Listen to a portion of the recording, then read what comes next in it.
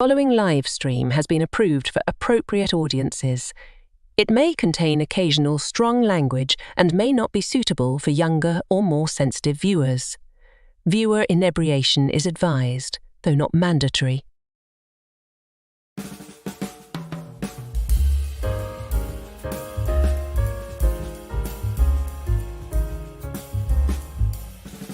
Imagine that face you make when someone says, "Hey, did you hear they're remaking insert some show or film here?" Well, sometimes it's not that bad.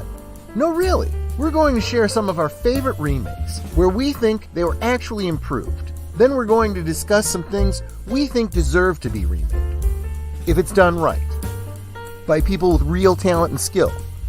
Not modern Hollywood. Yeah, whatever. Let's have fun tonight. Top off your glasses, tell me what you're sipping on in the chat, and we'll roll out this Canarble Wagon right now.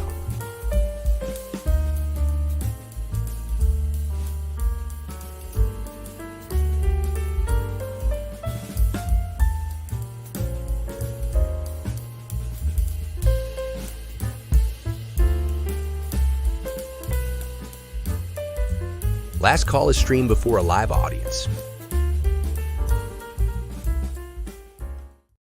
Salud. Welcome. So glad you guys are here tonight. Been looking forward to this all week. Netta wakes me up on Friday and she says, "Hey, guess what today is? It's Drinkies Day." I'm like, gets me out of bed on a Friday. It's something to look forward to. And just in case you want to know what I'm sipping on. What'll it be, pal? Yep, it's a martini. And this is actually the last of my gin. I don't even have any olives left. I'm completely out of olives, so I got to go shopping tomorrow. That is not me, begging for money or asking you to buy me a drink or anything. It's just I haven't gotten to the store and I've just been lazy. So I'm out of gin, I'm out of whiskey, I'm out of bourbon, I'm apparently out of olives. Boy, oh boy. But if this goes down, and this is actually more vermouth than I usually have, just because I, wanted to make it to a full drink. If this doesn't quite do it for me, I do have the brandy over here that I might switch to. But anyway, let me get my designated driver in here because I'm probably going to need him tonight. How you doing, my friend? Age of Boomer, what are you sipping on? Hello, I have a Coca-Cola Classic. Ooh. I'm not used to that much vermouth. Ooh, some good stuff, huh? Well, you need a spritzer or something with that? It's a dry vermouth, but it still tastes sweet because, by comparison to gin, it would be, right? You know what I had today? I had baby back ribs. Ooh. I want my baby back. They were good too. You cooking yourself out on the grill? No, they were at a local restaurant. That's has like a Harley Davidson theme. I don't think I can drink this. Yeah. It's too. Yeah. Wait, a booze you can't drink? Way too much. Drink her down. No. Don't you remember? That's like alcohol abuse. There was a line in the original Evil Dead movie where the one guy says Bruce Campbell's saying some kind of Greek saying, and the one guy says, which means, and he says, "Party down," but it was really the actor was originally supposed to say "drink her down," but Well, I mean, the two kind of go hand in hand, right? I mean, it's reasonable. Let this. Anyway, ooh, that's gonna be good. This might actually work out better for me. But I'm excited though, huh? I don't know what I'm excited for. You should be excited for a whole lot of things. We've had our political streams recently, and we're not going to go down that road, but I see a lot of things to be kind of white-pilled about. I'm feeling pretty positive about a lot of things. Yes. I had a conversation, like in the chitty chats on the Exy tweeters, and with Curtis Selby, who we'll be saying hi to in just a second. And I was pointing out that there's a certain candidate who I think is a very good marketer. He's a businessman and he knows how to market himself. And people get all bent out of shape when he makes an exaggeration, right? Or he says something that's, not demonstrably true, but he's repeating something that he's seen on the internet or whatever. People freak out about it, and they say you're bad, and I'm like, that's brilliant, right? You know, we were Netter and I actually, because there's a YouTuber who does all these cat and mostly cat themed songs. He takes cats making noises and stuff and turns it into music and stuff. Making noises. Yeah.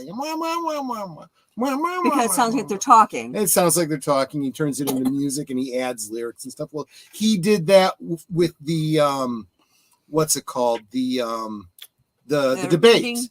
They're eating the cats. They're eating the dogs. They're eating the cats. They're eating the pets of the people who live there. And then he, you know, remixes it and he auto-tunes it and then he adds himself to it. And it's really a good song. You think 50 years from now that'll be a Broadway tune? Well, this is what I was saying to Curtis. I said the day after that debate, what's everybody talking about? That, right? Why don't you find the clip and play it?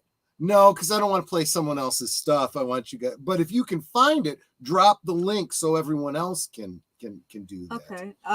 The YouTuber's name is Kiffness. Okay. Yeah, if you can find his channel, go ahead and drop it. I will do that. But I said, you know, it doesn't matter if it's true or not, because the people that go to find out, you know, well, there's nothing to substantiate, blah, blah, blah, blah, they're going to start seeing some other things reported by the people that live in Springfield, Ohio. And they might learn a thing or two, you know? And meanwhile, you know, people just keep memeing it and ticking off people that aren't going to vote for him anyway. Anyway, I didn't mean to get political, and I don't really feel like I'm getting political. I'm just making a, you know. Okay. I'm actually going to drop in all three of our streams. So I'm just going to title it as Eating the Cats and then drop the link in. There's some jokes to be made there. I'm not drunk yet for those jokes. Don't even. Maybe after I've had a little bit more to drink. Kitties. Yeah, I know where Troy's going with that. Well, keep in mind I'm still within throwing distance. Were Oh, what are you drinking tonight, Netter of Netter's Network? I don't know. You haven't pulled me in yet either. Yeah. Oh, okay. Well, I told you that I wasn't going to tell you what I was drinking until tonight. Yes. What are you drinking? I am drinking Liquid Death. That's just water. Yes, but it's cool. It's Liquid Death. What? When did you get that?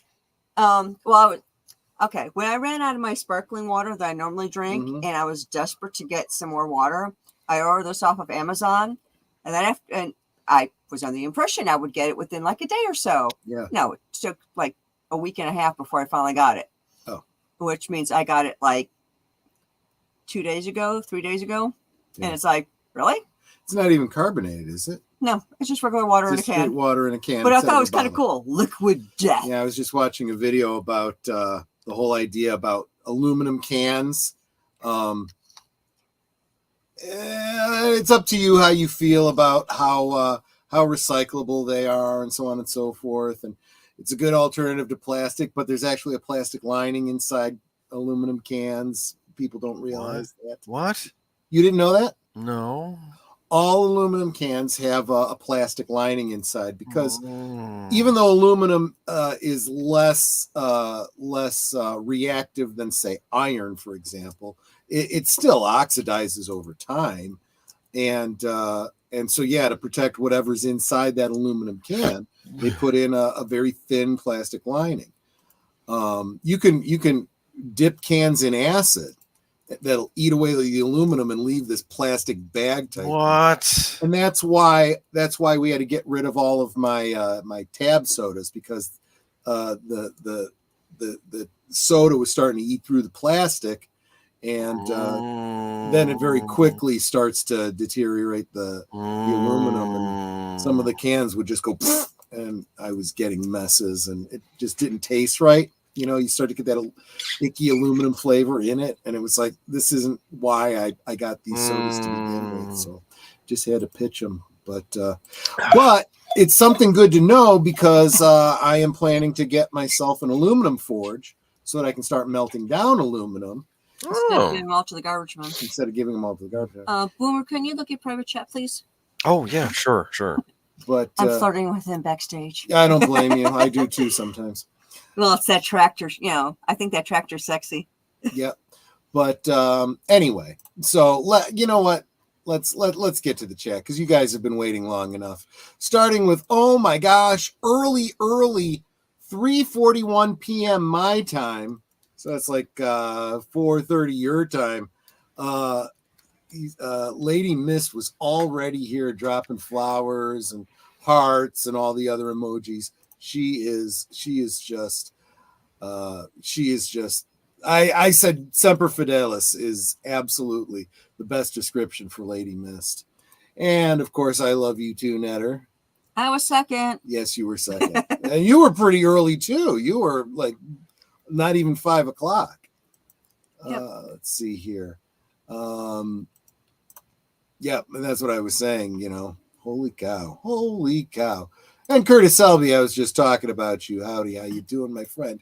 And may the splinters always point down as you slide down the banister of life. Have a great stream, my friends. And yes, it is all downhill from here, isn't it?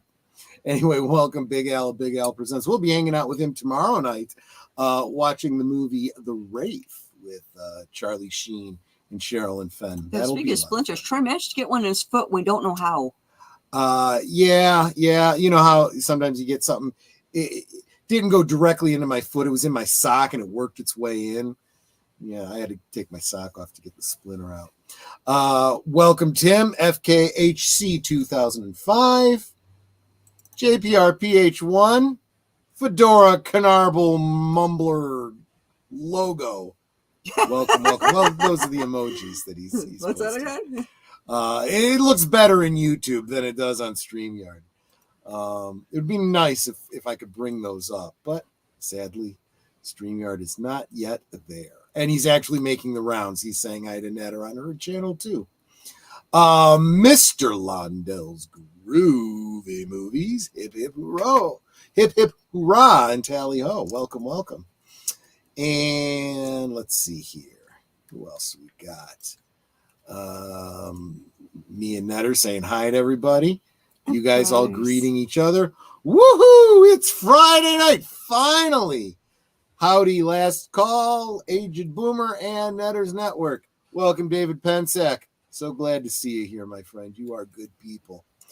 Salute to Deleted Scenes. Great little sit down with him last night over on Netter's Network. That's always fun. This guy is constantly streaming. And I'm telling you, he does not sleep. I know. Good evening, Sir Torrin Clegane. Welcome, my friend. And Logical Spark. Hey, peeps. Almost forgot about Friday Last Call. Well, don't forget about Friday Last Call. We miss you when you're not here. But, of course, our aim is improving. And Aged Boomer, again, welcome. Darth Plato. No more remakes. Well, yes, I agree with you. For the most part, but we're going to have some positive things to say about some remakes. Let's see here. Troy is channeling his inner Dean Martin always. I'm glad you picked up on that. That's kind of the conceit of the whole channel. I really do. And thank you so much, Curtis Selby. Dropped a super sticker. Let me see if I can see what that looks like over on the YouTubery. That is, keep it up. Little bean exercising. That's cool. Thank you so much, my friend. And let's see what else we got going on. Oktoberfest beer for John. Okay, good. Yeah, we're coming up on October, so they're starting to get the October beer out, right? The Oktoberweiss. Sir Torrance says the only remake I can think of that I like was Sabrina, though I've never seen the original. See, that's if you didn't see the original, it's kind of hard to say that, right? But actually, that could have made that. I don't know. Both are really good. Actually, Dean Martin was not a heavy drinker. Yes, the drunk act was simply that. Yes, that is absolutely true. Very much a teetotaler, and very much a homebody. The Rat Pack guys, old Blue Eyes and whatnot, used to try and get him to go out with them, and he'd all right, after they pressured him, they'd go out. He'd have like one drink and then go home. He didn't like going out and canoodling. He wanted to be home with the family, and I have to say I really, really respect that. Troy turns sour face at alcohol. Well, see, I'm a little bit of a snob, and if it's not made right, I call it out. And yeah, that martini was just wrong. It was just wrong. I was looking forward to it, and I'm gonna have to go to Binny's tomorrow. Now you really have no more gin. I have no gin. I have no whiskey. I have no bourbon. I got a crap ton of vodka, but most of it is that American. What is it? Buddies out. Oh yeah. We're thinking of using that to strip paint. We could just use it, as a paint stripper. That's true. And salute to the Clue channel, VIP member. Super, super appreciate. Actually, I might be putting some of it in a spray bottle and just using it as an air freshener. Yes, you could actually. Because I know people are probably like, vodka is air freshener, but yeah, vodka actually has no smell. So a lot of cosplayers will use it to switch their outfits that can't be washed to get the stink This out. is something that a lot of people that used to do Star Trek, cosplay, with a lot of the what's that stretchy material? Lycra. Lycra and whatnot. Well, Lycra had a tendency to hold the body odor. So and then some. So they picked up a little tip from the furry crowd that told them, oh yeah, if you can't wash it, you spray it down with vodka and it kills all the bacteria, and then it dries, and it doesn't have a smell anymore. So I think ours, if I used it, it might have a slight vanilla smell because for whatever reason, Buddy's vodka is vanilla scented or flavored. Well, good. I don't mind vanilla. And the producers was good, though I add the caveat that the musical is not the same thing. We're going to be talking about the different kinds of remakes in exactly those kinds of terms. Excellent. 1995 remake with Harrison Ford was good. Yeah, it was okay. It was good. You saw Dean Martin once, like in person? Neat. I'd be real impressed to hear about that. That's really cool. I almost got an opportunity to see Elvis live once, but that didn't pan out. And you were going to be what, 2? Yeah, I think I was like 8 or something like that. Yeah. Although I did see what was that bloke's name that was the Elvis impersonator? Esposito. Somebody's got to remember that. He was like the most famous Elvis impersonator. I'm actually pinning the link to "They're eating the cats and the dogs" over to the top of my chat. Yeah, to make it easier for people to find. Here. I gotta start moving through these. You got a lot of peeps. I do have a lot of peeps, and I super appreciate all of you. How big are your biceps? Maybe don't answer that. maybe not so bad. Well, maybe not as big as they used to be when I was in high school. I used to work out a lot when I was in high school. I had like no neck, couldn't scratch my own butt. Oh wow. Oh yeah, I used to work. I wasn't on the football team, but I worked out with the football team.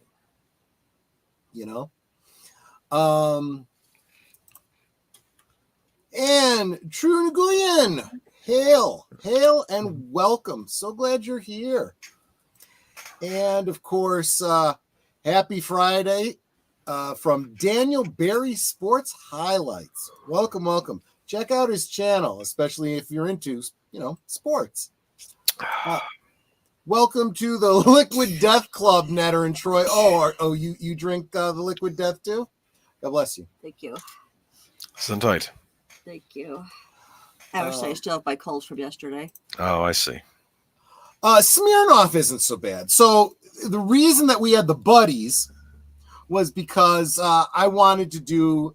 This was back when the whole dust up happened in the Ukraine initially, and I said I want to do an American vodka versus A Russian vodka. I remember that. Yeah. And I had Netter hand them to me, and she knew which was which, and I did not. So it was a blind taste test.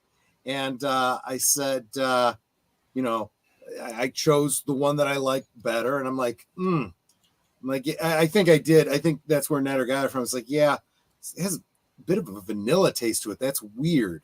And it just tasted harsh. And then I had the Smirnoff, and I didn't know it was Smirnoff at the time. I was like, yeah, this tastes like vodka to me. That's the one I like. She says, yeah, you picked the Smirnoff. I'm like, well, what am I going to do with that other one then? Well, Bloody Mary. In high school, I can say, anyone want vodka? You know what? You're right.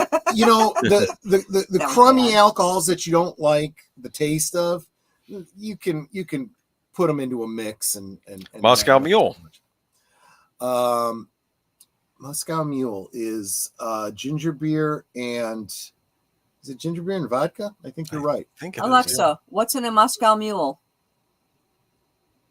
A Moscow Mule contains 1/2 part lime juice, 12 parts ginger beer, and 4.5 parts vodka. Not enough. There's your solution, though. There you go. Yep. You can't call it vodka anymore. It's potato juice. That was, I believe, that was national. Oh, Okay. Remember Freedom Fries? Remember when that was going on? that was the stupidest thing.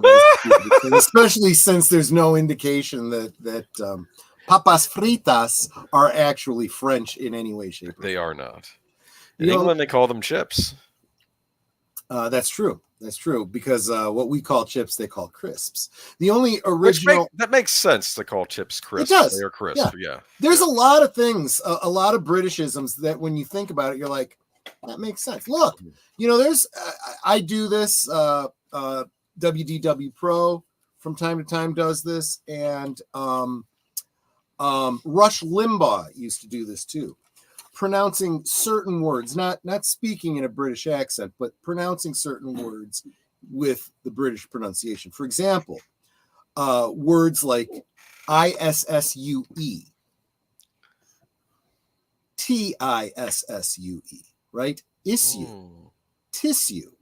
Why do Americans call it tissues as if they've had too many of these? Why are you slurring a double S? It's pronounced, we pronounce as if the second S is an H. Yeah. Tish you. That doesn't make any sense, right? But I suppose if you want to be, really picayune about it, they, the river that runs through London, Thames. How would you pronounce that, Boomer? Thames. Thames?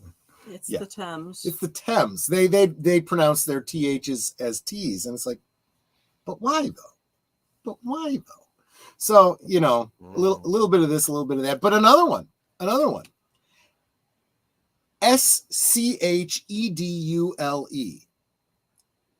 How do you pronounce it?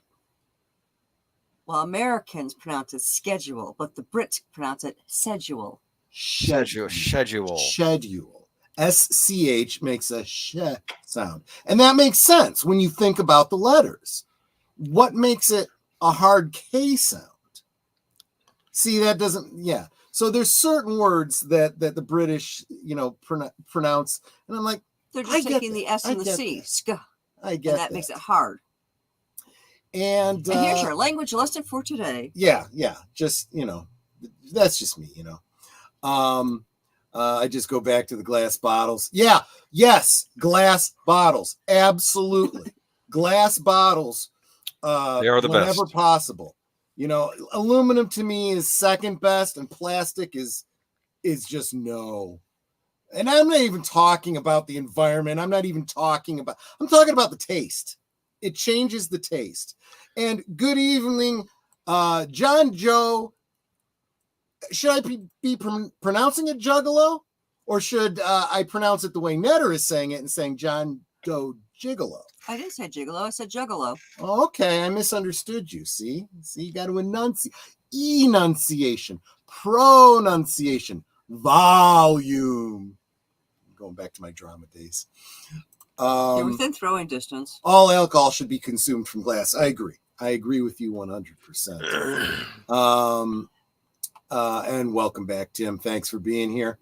Oh, yes. And that video that Netter pinned, all the proceeds are going to the Springfield SPCA, which, I think is pretty awesome.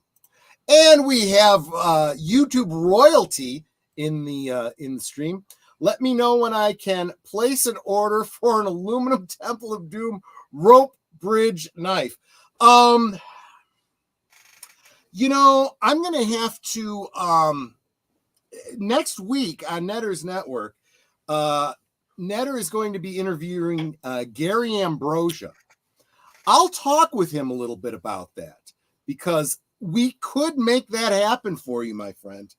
And he might actually be able to, he may even already have one of those that we can make a form from. So this absolutely could happen. But yeah. Oh, and Michael, Doomcock, don't you? Maybe reach out to him. I just saw his last video and he was talking about Hasbro, and I was sharing some insights about Hasbro. He was of course talking about the Star Wars license. And I said, yeah, but it's not all Star Wars fault. Hasbro's, when you're given lemons, you make lemonade, not bad lemon juice, and that's kind of how Hasbro's been doing. Like that bad martini you just had? Like that bad martini. I mean, I feel bad. It's so wasteful of me,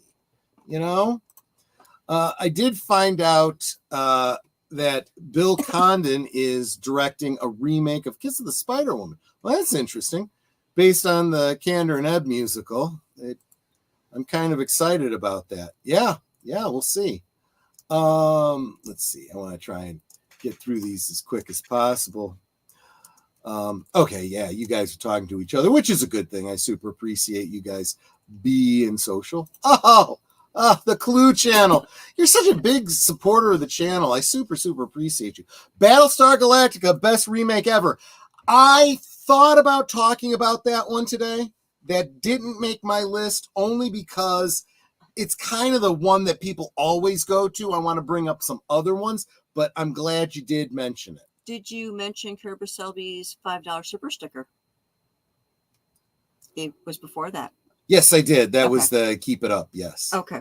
And Gorilla Random Thoughts. Welcome. Kapla. Gotta lurk like a Israeli pager because I gotta be on the road. Okay. Welcome, my friend. Let's see. After the stream is done, I recommend everyone go watch 2 retro blasting videos that have to do with this topic. Game of Clones, and It's Okay for Stories to End. That one especially. It's Okay for Stories to End is actually a great one. There's a gal, I can't remember her name. She's a YouTuber who got real popular during the pandemic, doing videos about like talking to your future self after, before and after the pandemic and whatnot. She did a video where she plays multiple roles, personifications of the different franchises that keep getting bad sequels. No. Oh, it was the Fast and the Furious was in a bin with an arm hanging out and was completely nonverbal. The Spider-Man one was just twitching and was not able to speak. And Star Wars and Marvel sitting next to each other was like, I don't understand them. They keep remaking them, and it's the same story over and over again. He gets bit, his uncle dies, responsibility over and over and over again. She goes, I know. Oh gosh. Alcohol alert. Troy is running low or on empty. Yeah. That's Netter will take care of me. Don't worry. On empty. Little Shop of Horrors with Rick Moranis. Actually, that is on my list, especially because we just watched that recently. Oh, really? Oakland in 88, the Rat Pack's last tour. Man, I am envious. That is really, really awesome, Darth Plato. I hate the Harrison Ford Sabrina. I don't know for sure if I saw it. I'm sure I did, but I can't remember. Took all the fun, wit, and good directing. We're going to talk about some of those kinds of stylistic choices too. Tito's from Texas. Okay. Come to think of it, why didn't I get Tito's to honor Tito Jackson? Yeah. And Matanui, welcome. Good to see you, my friend. And yep, thanks, we got it. Geek Flag with Nate Knows, 1973. Welcome, my friend. Yep. Ginger beer. Oh, and I even have copper cups to serve it in. Yes, because who got You need a copper cut. Because you did. Yes. Yeah, I have a British wife. I know a lot of them. There you go. But they say, but oh, whatever. Yeah. Instead of ball of water. Yeah. They drop their T's a lot. Yeah. Mostly the kind of East End slang, right? Wait till they start remaking. They have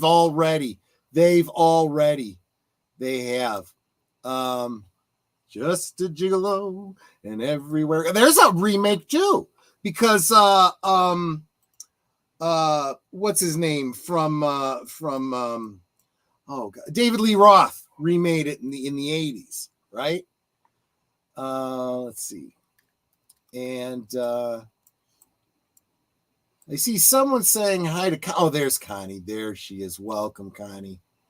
And saying hi to everybody. Mark Melnikoff, waiting for the Stormy Daniels remake. And greetings from there's an industry that, to my knowledge, doesn't do a lot of remakes. That's the adult entertainment industry. They just keep putting out new stuff all the time. From the depths of the dilithium mines of Aurora Pente. Just dropping by to say Kabla. And two says a remake for Fatal Beauty could work if John Milius if his unfilmed script was used, but I doubt it because MGM, who made the 1987 film, is owned by Amazon, which would make it worse under the current regime. Yeah, we're going to talk about that too. That was kind of something I was getting at in my opening monologue when I said, yeah, some things would benefit from a remake, but not in the current environment. No, that's part of the problem, actually. Yeah, because some things they couldn't be made today. Let's be honest here. Yeah, and Samuel's even saying those 40s and 50s directors, they knew how to do good remakes. The rare times they did, it was often their own from the silent black and white days. You know what? That's actually a very, very good point. You could almost say they were the early days of the George Lucas mentality. Oh, now we have new technology. I want to remake this using the new technology, but it was different enough that it merited doing that. It wasn't just a special edition kind of a thing. But okay, so one last one, and then we'll get right into it. Did you see hello good to remake? Evelyn? All's Quiet on the Western Front from 1979. I have yet to see the latest, but I've heard good things. Absolutely true. The porn industry is always putting out. I see what you did there. I got that reference. Did you say hello to Evelyn? I did not. Did I miss Evelyn? Welcome, Evelyn Kapla. Actually, in 2016, they did remake of Debbie Does Dallas. They even made it a reality show to cast the new Debbie. I had no idea, Nate. What? I that one was completely off my radar. Wow. Pull that up in the hub later. Oh no. Within throwing distance. No, because I doubt one of the rules is you never remake classics. It's just like when John Borman was trying to cast Maria for some Broadway production. Remember, he was on that thing like, who's the next Broadway star? And John Borman, and play Captain Jack, because I guess he was a Broadway star before he was on Doctor Who, right? Yes, he was. Oh, and he's another one who does that a lot. And in fact, they worked it into the original appearances in his first appearances in Doctor Who and Torchwood. He did that. He was talking, or maybe that was because it's okay for you to have an accent, but there's certain words that you got to pronounce in the British so that the British understood it. He made some reference when it started raining to the smell of estrogen in the air. Oh, and okay. That's their pronunciation of estrogen. And that may have had relevance. They might not have understood what he was talking about otherwise. I don't know. And one word that they pronounce differently, but they also spell it differently, and that's aluminium. They say as many syllables as they write into it. So we actually changed our spelling to change the pronunciation. When are we going to get transparent aluminum, though? We already do. Oh, okay. Seriously, no, it really does exist. Oh, wow. And when they put it out on the market, they were constantly referencing Star Trek 4. Star Trek. They probably get Paramount. Can we use that clip? Yeah, exactly. Well, they put up the picture of the guy, looking at the computer with Scotty. And my favorite. How do we know line, he didn't invent the thing? Do you remember when his secretary walks and says, "Not now, Madeline"? Remember he yells at her. Well, if you think about it, that would be like somebody from the Terminator future coming back to Cyberdyne and saying, "Here, look at this," But anyway. So let's talk about this is our argument. These are a couple of examples of good remakes. Oh, but before we get there. Yeah. You've already got it up. Yeah. So this was just a bit of serendipity, right? We're getting our articles ready for Sunday for Geeky Geezers, and I ran across this one. This was just from just yesterday. An article comes out where James Cameron is talking about what he wants to do with the future of the Terminator, which is interesting because just last week, I did the rewatch of Terminator and Terminator 2, and then I was over on Pops' channel for Talk Hard talking about Terminator, and we were bemoaning a lot of the sequels and how it's pretty much dead unless they can come up with something. And he's basically saying the future of the Terminator is throw it all out and start all over again from scratch. And at first I kind of bristled. Then I read the article and I started thinking, and I'm like, he may have a point. But then I started thinking, this is James Cameron we're talking about. But part of me wants to say, okay, boomer. That's what I want to say. I'm sorry. Of course, now I'm using my namesake. But there you go. James Cameron plans I don't have the whole article. I just have the summary here by Jeremy Conrad. I forget where. But James Cameron plans to reboot the Terminator franchise, discarding past 40 years of films. New Terminator stories will focus on core principles without relying on old iconography. Upcoming films will feature powerless main characters fighting AI, maintaining a moral compass. Yeah. Cameron believes new films will attract and captivate fresh audiences while retaining the franchise's essence. Yeah. This guy has tried to resell Terminator over and over and over again. Well, the thing that stood out to me was that second point. New Terminator stories will focus on core principles without relying on old iconography. I have felt all along that constantly having to have Arnold Schwarzenegger in it was killing it. It's like Michael over at Retro Blasting was saying about Harrison Ford and Indiana Jones. They should have recast him long time ago, and they should not have turned it into an arc that came to an end.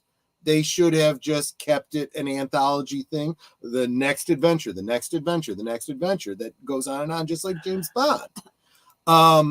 And as we were doing the watch party on the Monday, and even as we were talking on Pops' channel the next day, pointing out how stupid it is to constantly keep reusing the same, not only the same model of Terminator, but the same outer appearance, because the whole idea was infiltration. Even within the first movie, you see a flashback from the point of view of Kyle Reese, a Terminator trying to get in, recognized by the dogs as a Terminator, starts shooting people up. Doesn't look anything like Arnold Schwarzenegger.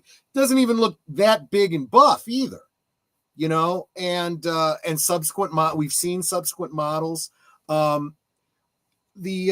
Summer Glau Terminator from the TV show was endoskeleton, not liquid metal type thing. And yes, you know, I got the impression she was still a little bit more advanced than the Arnold, but not by much.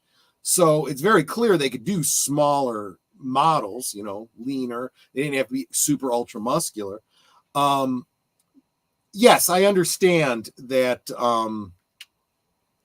Actually, I don't. I understand in the third movie why he sends another one back, you know, to himself that looks like Arnold, because he had kind of imprinted that fatherly figure from the second movie, right, on that particular visage. But that doesn't make any sense why a second one came back in the second movie looking like the one from the first movie. That has no there's no advantageous reason that they would send a Terminator back looking like that, you know. Well, it's like in Battlestar Galactica, where you had the chick in the red dress, and they all looked like her. And there were like, what, only 12 models or something like that that looked different? Yes, exactly. They're probably going along but that way. my point being, I think they got mired down in having to use Arnold over and over and over again. It should be a different Terminator all the time. And it could be male, it could be female, it could be whatever they need, especially if you're going to start doing stuff with the liquid metal and all that kind of stuff. So stop it. We'll see. Keep in mind that one of the big draws of the Terminator movies, even when you had the T-1000, was the real draw was the actor, the movie star, and Hollywood needs to do a better job of cultivating modern movie stars. And I am willing to. I started out saying that myself during the watch party, but I gotta say, I'm okay with sacrificing Terminator 2 as well. It should have been one and done, because as soon as you started on 2, you ended up with a whole bunch of paradoxes that did not need to happen. It was nice and neat when it was the first movie, and that's it. Oh, anyways. But yes, stop double dipping the chit. Exactly. We've had quadruple, probably more so chit dipping at this point. I will agree with Cameron on this.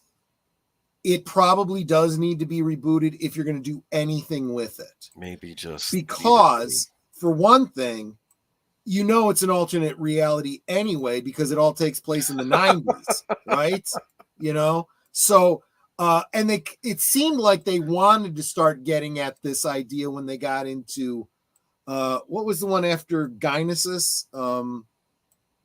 What was the one that came after that? Or maybe it was the one before. Dark Fate came after it. Okay, no, it was Gynesis then. That's the Horrible one where movie. That was the one where they had the cell phones and the stupid and the nanotech.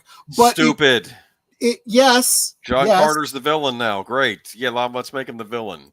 100%. Well, no, he was taken over by whatever. He made him the villain. My point was that they at least acknowledged that they needed to start thinking about real world things. Please. That yes, actually, Salvation I think started bringing up the nanotech before Gynesis. No. And we got to start talking about nanotech technology. In fact, it should be the explanation for how the liquid metal works.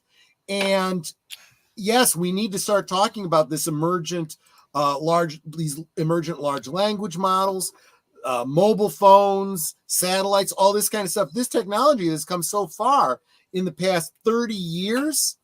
Yeah, we might be due for a rethinking about how they do Terminator. But my point is, I don't want Cameron touching it, and I don't think anyone in Hollywood is going to do it. I'm just saying, I can see the argument for it.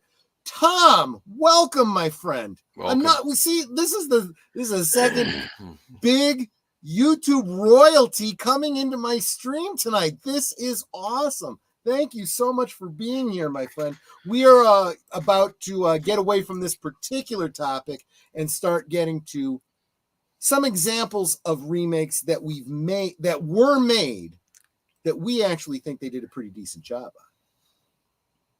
All right. Shall I start? Hmm? Troy's picks. Yes.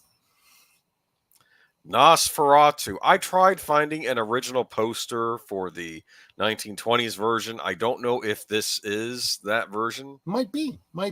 Provided it even came out in the 20s. Maybe it was earlier. But here we go. Count Yes. Orlok. Have you seen Yeah. this movie? I have it on DVD. In fact, I am planning on doing a video specifically about this. That's why I wanted to talk about it a little bit. So this was a silent film. Creepy as shit.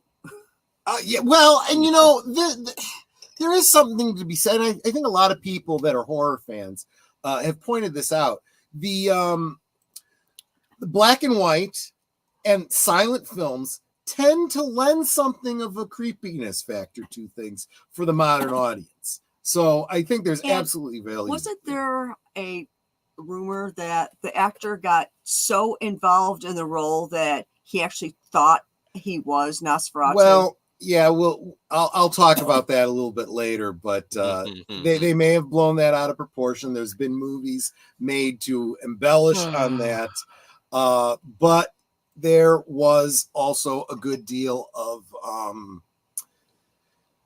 let's say the people involved in the making of the first movie were very much into the esoteric, so that finds its way kind of into the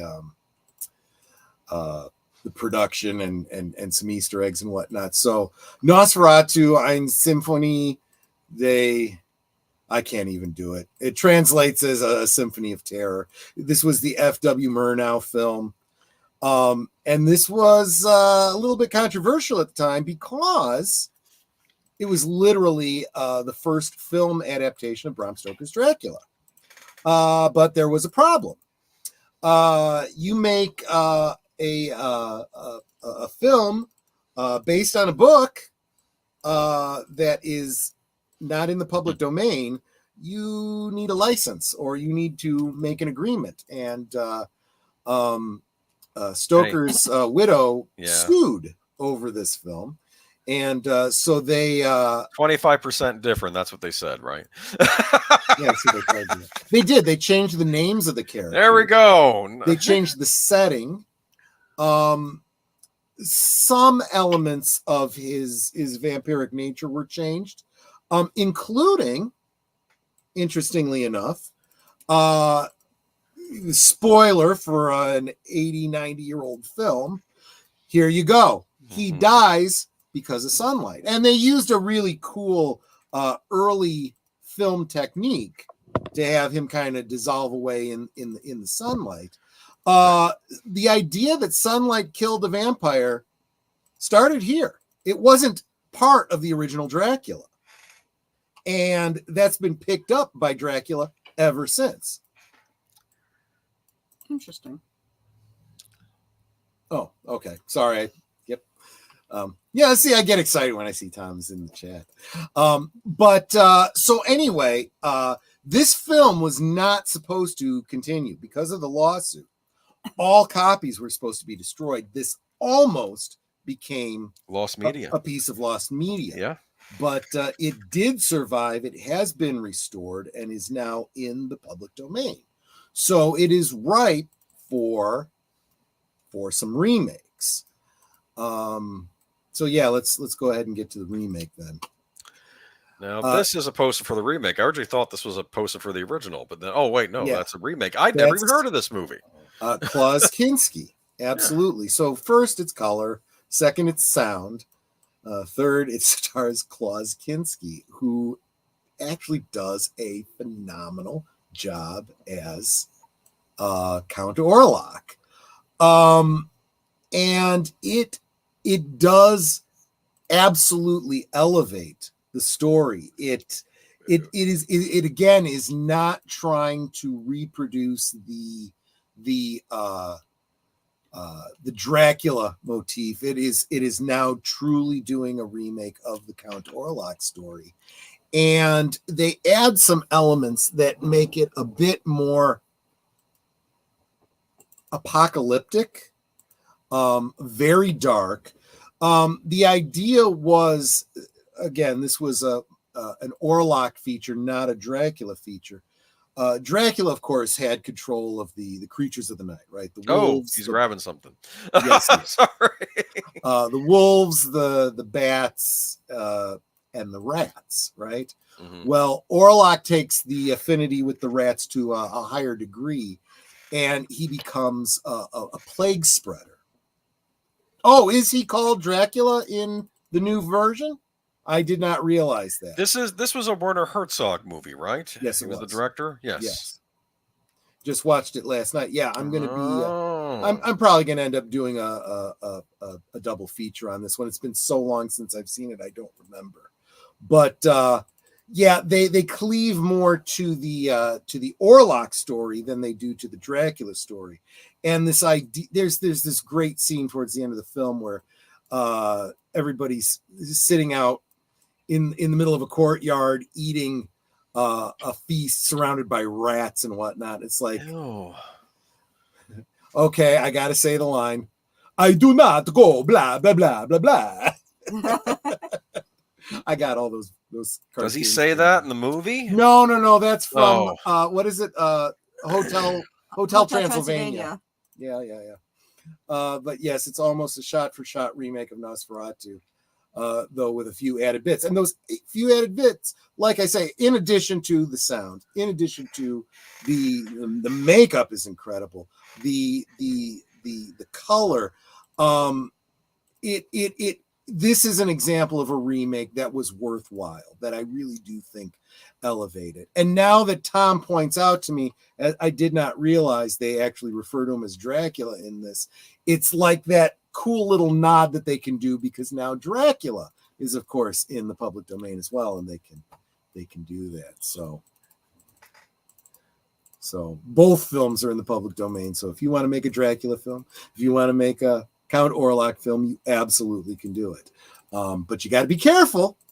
You got to, it does have to be significantly different from the Universal version or from the other version, or this version or that version. You gotta think through what makes the Universal Dracula uniquely universal, and not just Bram Stoker's Dracula.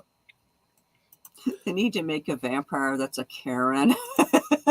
Oh, God, that would be a monster. That would be funny, actually. Like if yeah. Oh, I didn't even think about that. In the 1922 version, yeah.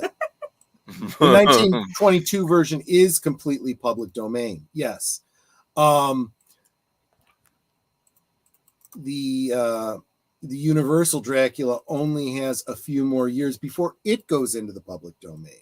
I wouldn't be surprised to find out, however, that just like Steamboat Willie and stuff like that, there's a difference between trademark and copyright. So, certain elements, like I was alluding to, Bela Lugosi had that widow's peak and didn't have the fangs, and he had a very particular looking pendant that he wore. All of that is universal. We tend to think of it in terms of that's just Dracula, but that's like saying all facial tissues are Kleenex. No, Kleenex is a trademark. And he had those eyes. Yeah, They're just so mesmerizing. Yeah, the lights across. Well, but see, that's not something you can actually trademark or copyright. So that has worked its way into. Well, actually, it wasn't even unique to Dracula. It was They'd done that before. Yeah, that's absolutely true. Yes, right. The music, of course, could definitely cause you a problem. Although, you find a royalty-free version of Swan Lake, you could probably get away with it. Yes, over on Midnight's Edge After Dark, there's a copy of Steamboat Willie in 4K. Oh. You can watch it. It's a classic. I like that. Oh, I didn't know you had to you got hit for that and had to appeal it. Good on you, Tom. That is awesome. I'd love to talk to you some more about that. That would be a lot of fun. But yes, I do feel that Nosferatu is a great one. And like I said, I'm probably going to be doing a video. I'm hoping to get it done before Halloween. If I don't, then it probably won't happen until next year. Timing's everything. But there we go. So that's Nosferatu. That's my first pick for a good remake. So, and my first rule on remakes is if the medium has changed significantly, you've added sound, you've added color, you've added technology in makeup, and you can do at least as good a job, you're already kind of elevating it. So that's a worthwhile remake in my opinion. Now, someone in the chat mentioned 10 Commandments was remade, and he's right. Cecil B. DeMille did the original silent version, then he came back in the 50s and remade it. Yes, he did. Now, the thing is, though, it becomes tricky when it's an adaptation, because if you're just doing another adaptation of like a book, is it still a remake or is it its own thing? You could almost make that argument about this one, sure. Yeah, but this was supposed to be a remake of the original silent movie, which was supposedly not based on Dracula, or not supposed to be Dracula, right? So it's its own. So I would consider this a remake. Yeah. And then you had this one. Okay. So this one. So I've got to back the. Okay. So first, right, Rita Hayworth plays the Greek muse Terpsichore, right? Are you sure that she wasn't actually the Greek muse in real life? Well, she may have been. That I don't know. She was a little bit before my time, right? So Okay. she comes down to earth, right? As the title says, and there you go. Oh God, she was beautiful, right? Yes.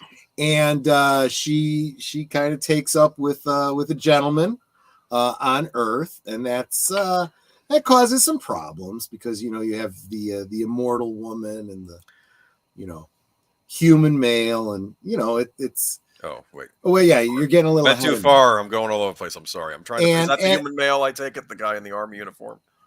Actually, it's been so long, I don't remember. You don't remember? Okay, all right, but that's okay. Yes. But yeah, go ahead and go to CoverGirl. Another. Well, then we're just referencing because it was a sequel to this movie. You said correct? No. I'm not. What did you mean by this? Let me This explain. was before Down to this Earth. movie. Down to Earth was a 1947 movie. CoverGirl is another movie that Rita Hayworth appears in with Gene Kelly, right? Gene Kelly,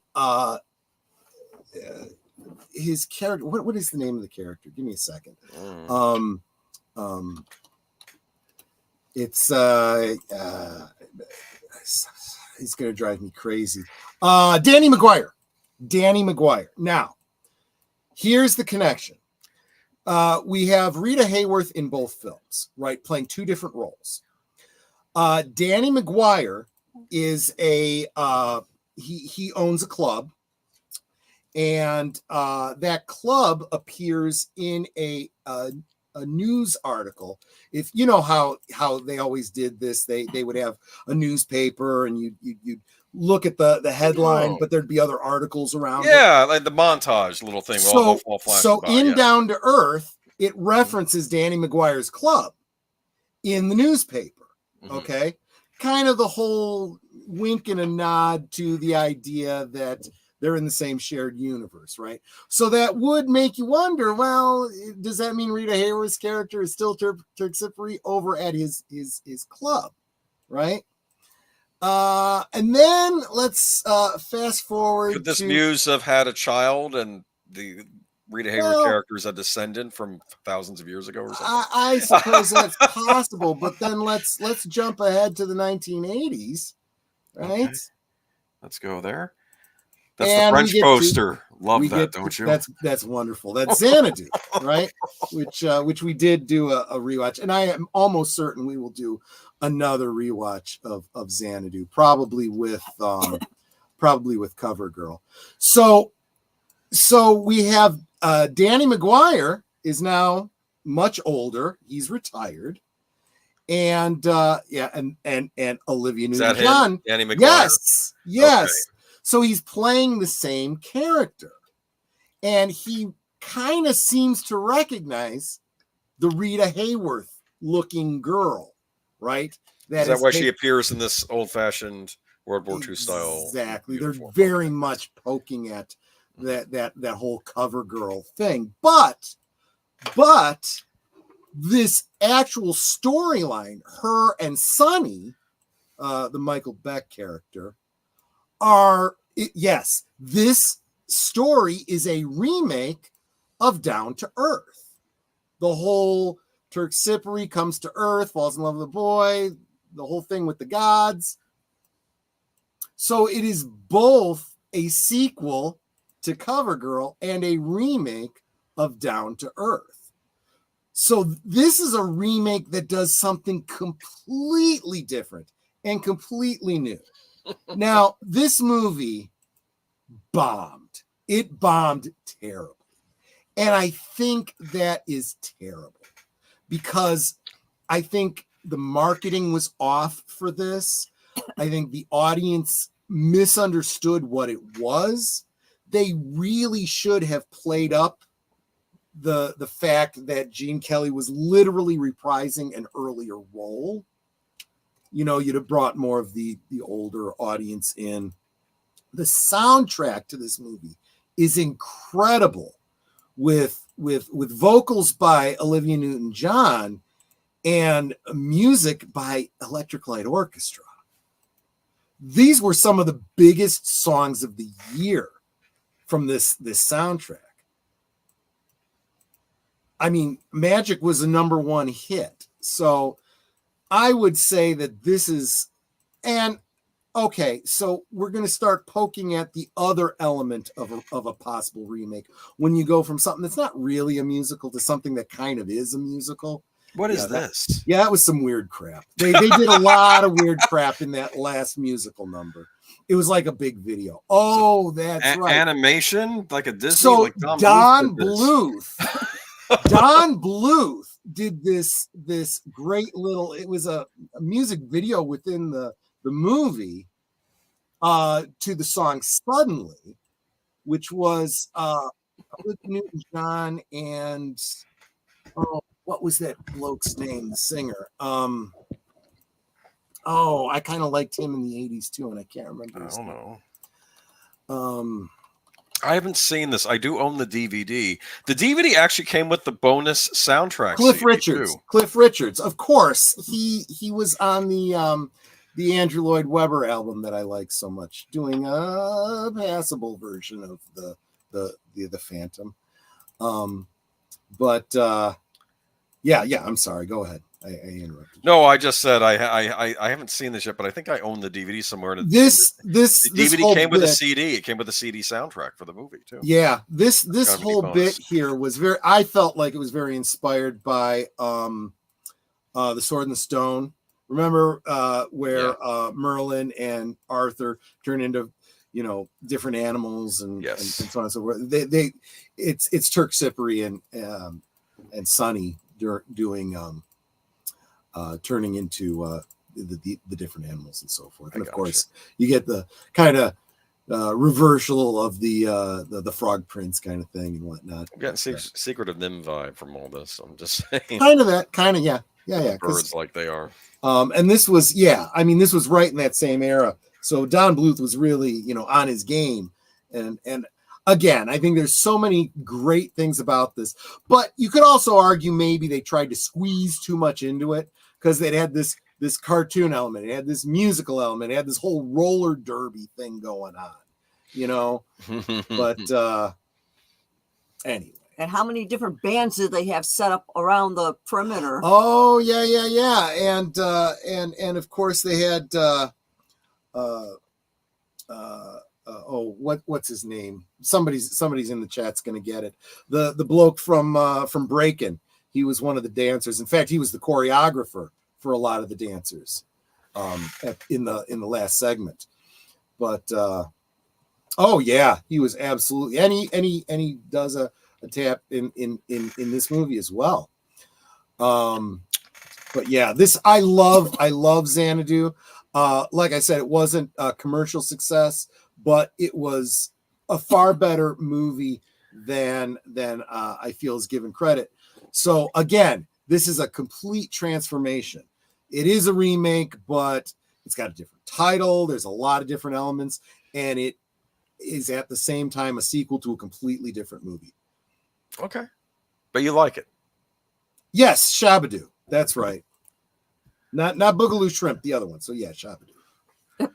I don't remember his real name though. I'm drawing a blank. But yeah, so that's that one. What else we got?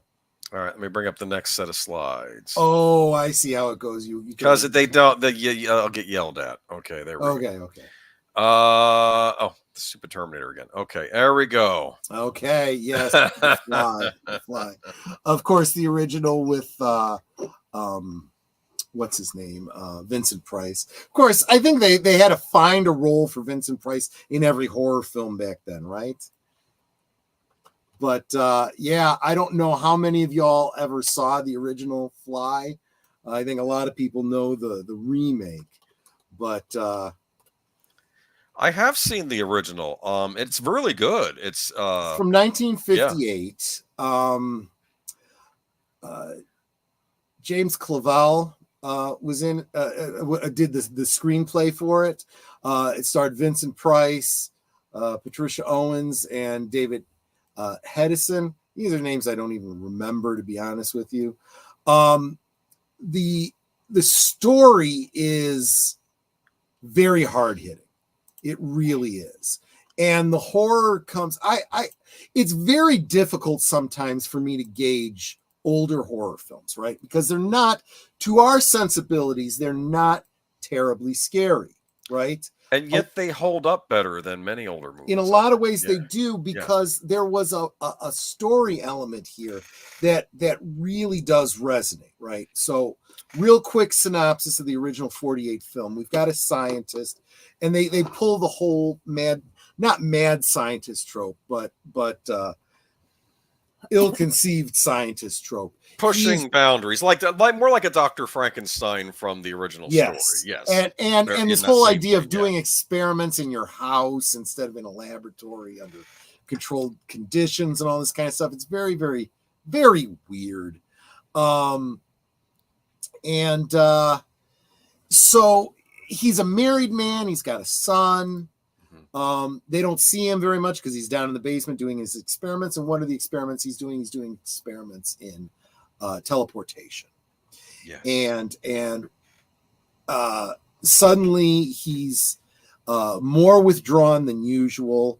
He doesn't come out. He won't take, and he starts passing notes to his wife to bring him, food prepared in a very certain way. He said it was a rum and milk in a bowl with a straw. Remember when he said that? I think it was, or whiskey or something like that. It was some alcohol. Yeah. And what I used to listen to this podcast called Terror Transmission, and they would do audio commentaries for horror movies, and they did one for The Fly. And the guy who did the thing said that he showed his young son The Fly because he was trying to get into horror movies, but he didn't want to show him anything more, the R-rated stuff.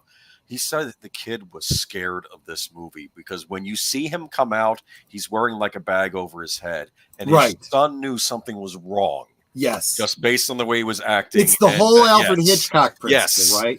You don't even see it. So when you do get the final reveal, he's got the head of a giant fly, and one of his hands is like in this claw, the kind that a fly would have, right?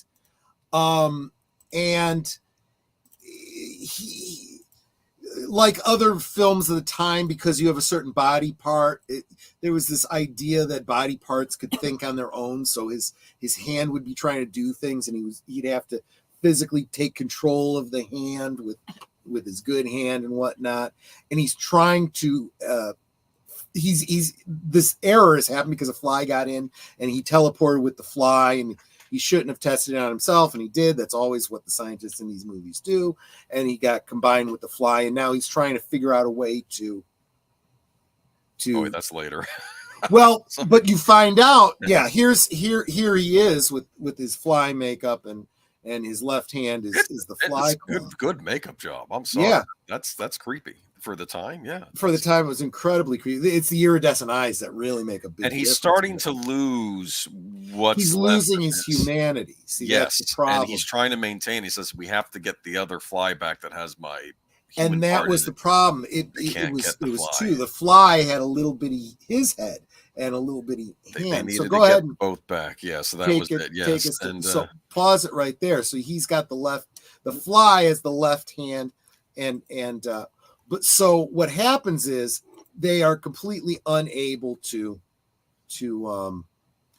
find this fly that's gotten out of the house, right? How do you find a single fly in all the world, right?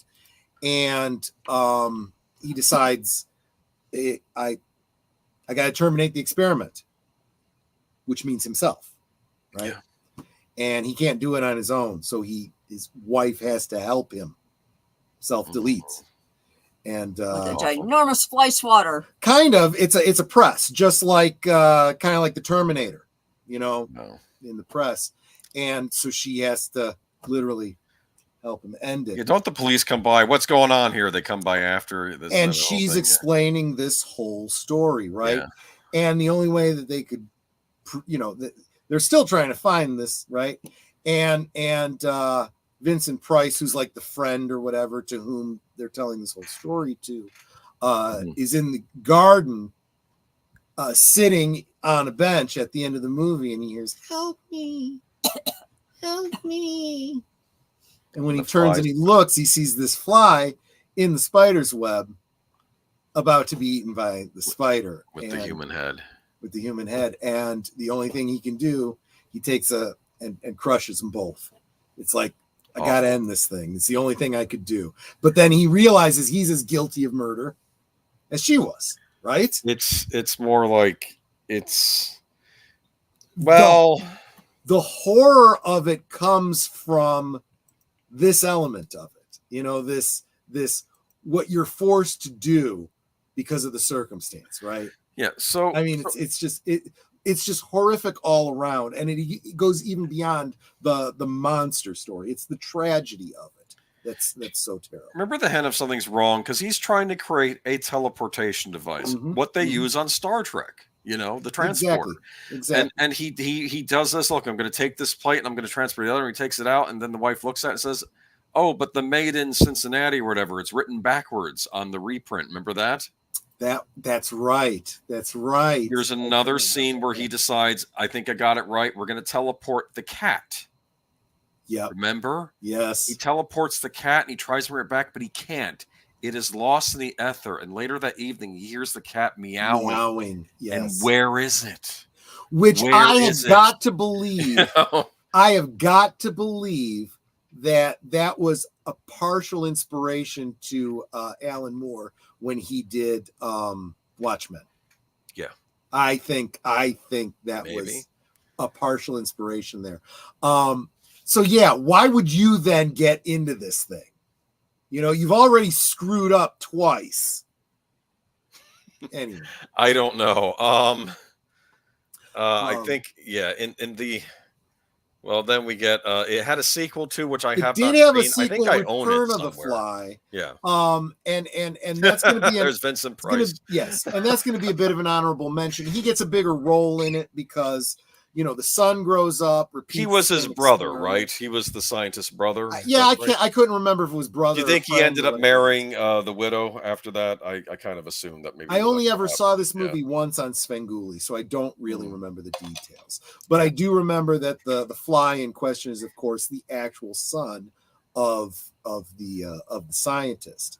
And I bring that up because we'll get into it when we get into the remake, right? From 1986. This is the fly that most people associate with when you say the fly. Do you want me to advance it? Go ahead. Okay. So from 1986, from 1986, starring Jeff Goldblum as Seth Brundle, right?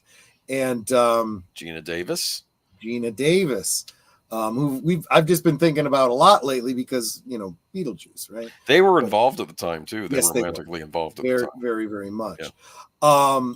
But here's one of the shortcomings, in my opinion. Well, I'll get to that, right? So it's the same kind of thing, but they get much more realistic with the science behind it. He doesn't just swap a head and a hand. He comes out looking normal. Yep. Because the DNA gets combined. That's what happens. Because the fly gets in there. Exactly. Instead of being this, they swap parts. It's more like their DNA. Combines. So in this one, there is no second fly still flying around with his face on it. He realizes that something's gone wrong. He goes back and checks his computer logs, and his computer said that there was a fly. Well, what happened to the fly? Absorbed. There is no Brundle. There is no fly. It's now just Brundlefly.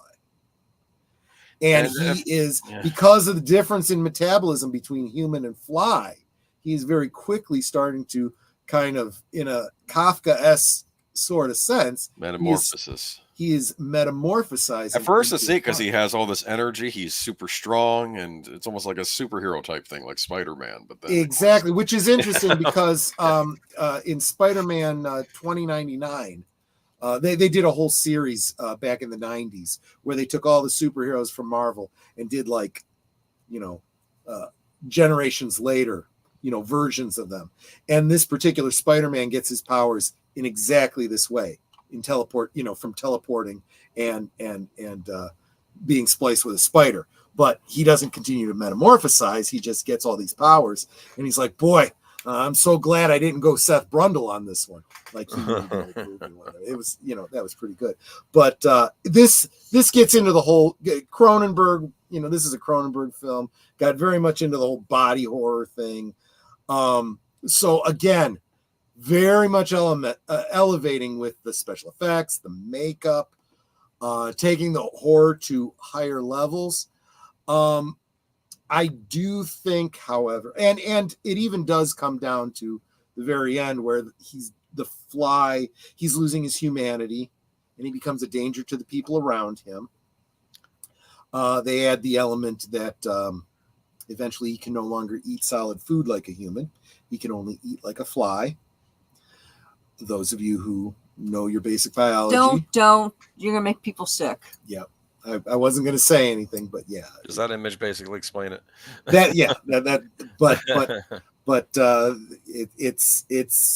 an acid. So, if that were to be used as a weapon, that would be a very, very bad thing. Yes.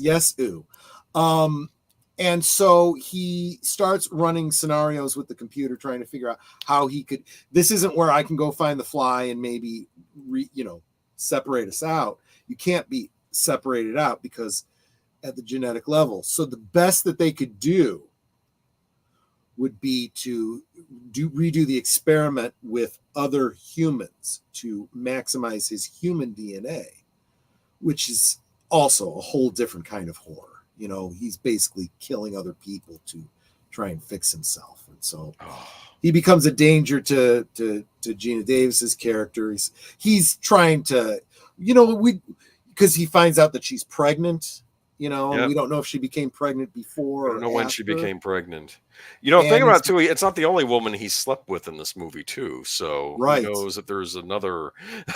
So I forgot to include clips of the pictures from the sequel. I'm sorry. Don't worry about it because I just meant it to be a mention. Right. And this is almost at the end. He's almost gone full fly, and his thought was, if you and the baby and me go through together, we could be the ultimate family. We'll all be one.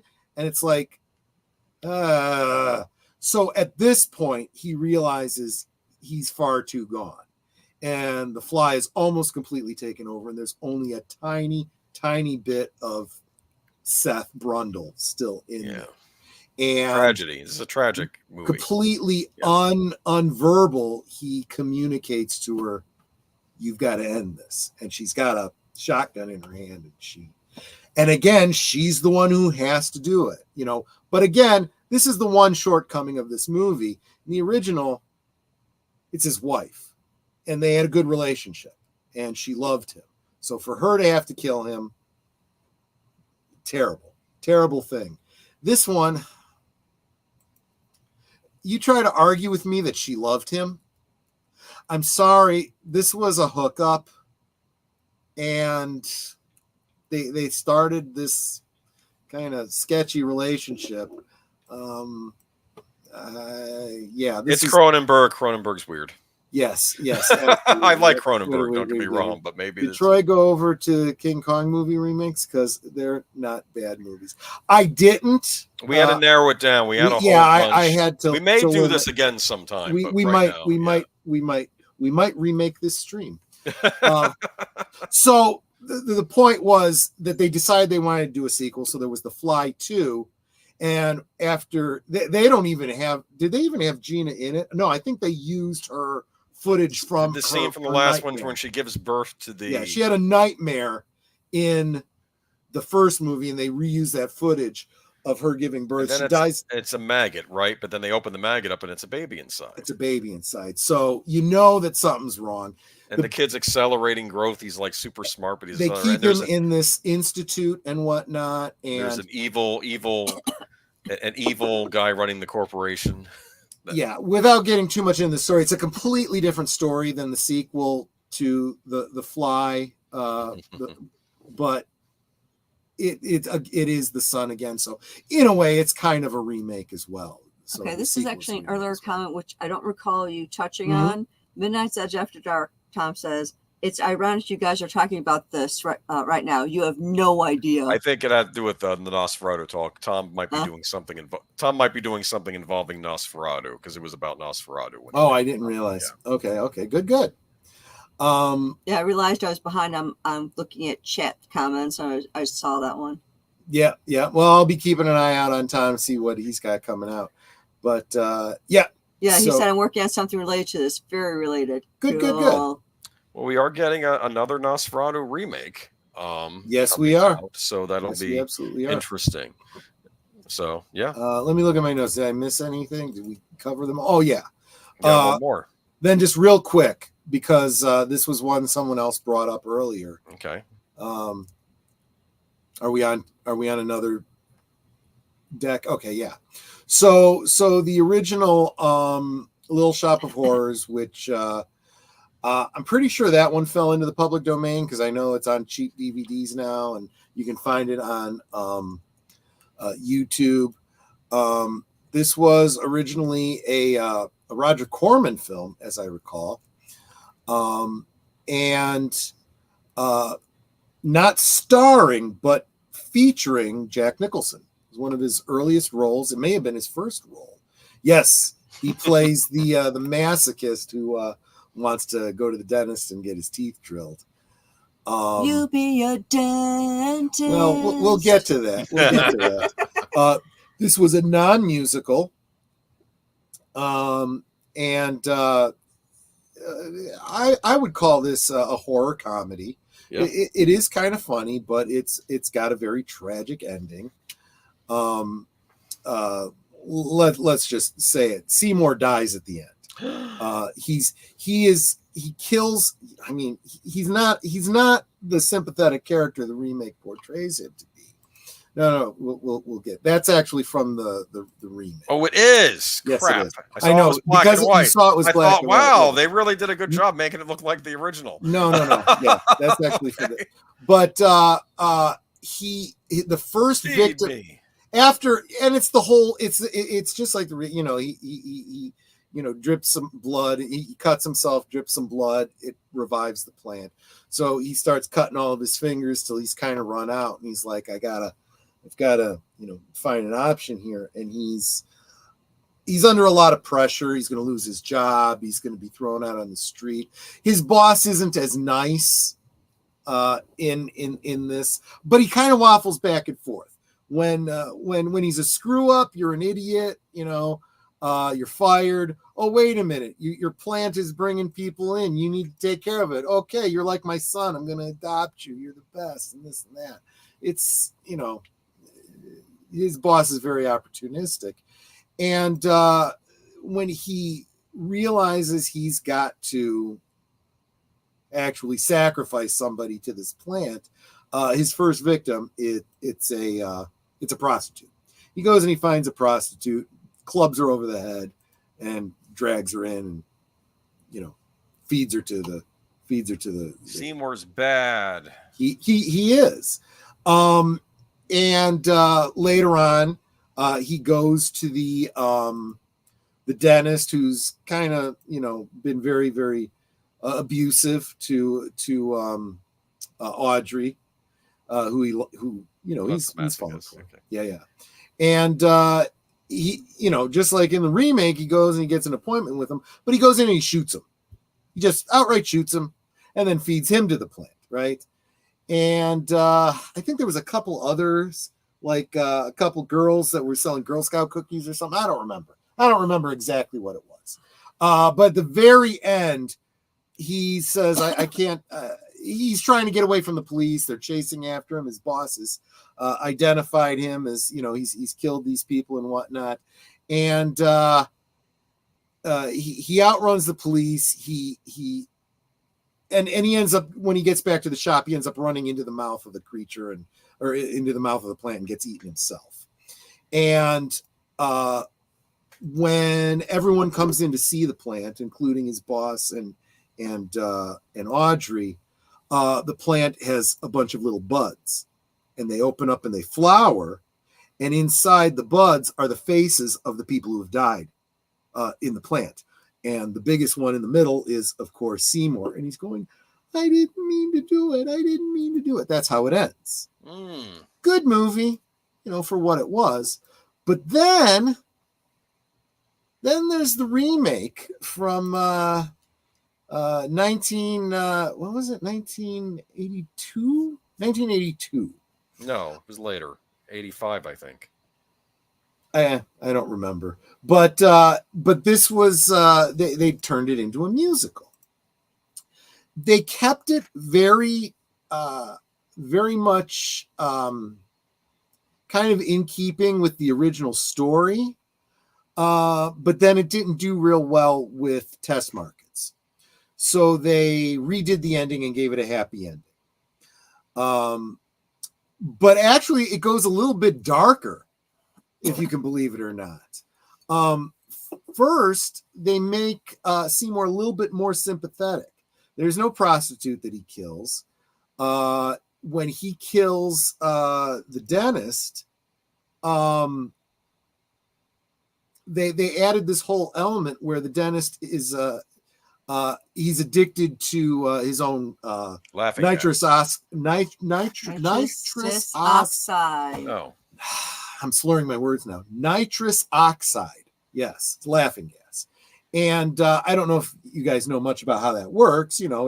They give you a little gas. It makes you giggly. You're kind of in a twilight, and you don't feel the pain as much. Well, it's kind of like playing around with helium. You breathe in helium, it constricts your vocal cords, so you sound like a munchkin, right? Which is all well and good, but you keep doing that, you get out of breath because all you're breathing in is helium and you're not getting any oxygen. And you'll pass out if you keep doing that. Well, he's got this mask on his face, and when Seymour pulls the gun on him, he starts laughing. He's like, no, wait a minute. Let me take this off. And then he can't get it off, and the thing breaks, and he's dying from his own, he's asphyxiating. If I don't get this off, I'm going to die. And he's laughing. And, it's kind of like a Batman thing. Well, I'm not going to kill you, but I don't have to save you. And he lets him die. Is there a thing with him and yes, the nice looking lady? Well, okay. yes, it's very clear, and they take that romance because they had to have some good songs, right? And the whole Audrey getting, being in an abusive relationship, but she really likes Seymour, right? Mm-hmm. But she's got such low self-esteem, she thinks she doesn't deserve a nice guy. See, this is her problem through the whole movie. Well, so the boss figures out what's going on, and he he tries to blackmail Seymour. And they're in the flower shop. See, that's the same scene, just in color. And his boss is backing up, and he's like, don't. And then all of a sudden he backs up into the plant, and the plant eats him. So again, he didn't kill his boss. You didn't have to save him. Right. But then the original ending, when he's away, the plant attacks Audrey, and she's dying. He comes in time to save her, but she's dying, and she's not going to make it. She goes, you know what? Just feed me to the plant. I'm going to die anyway.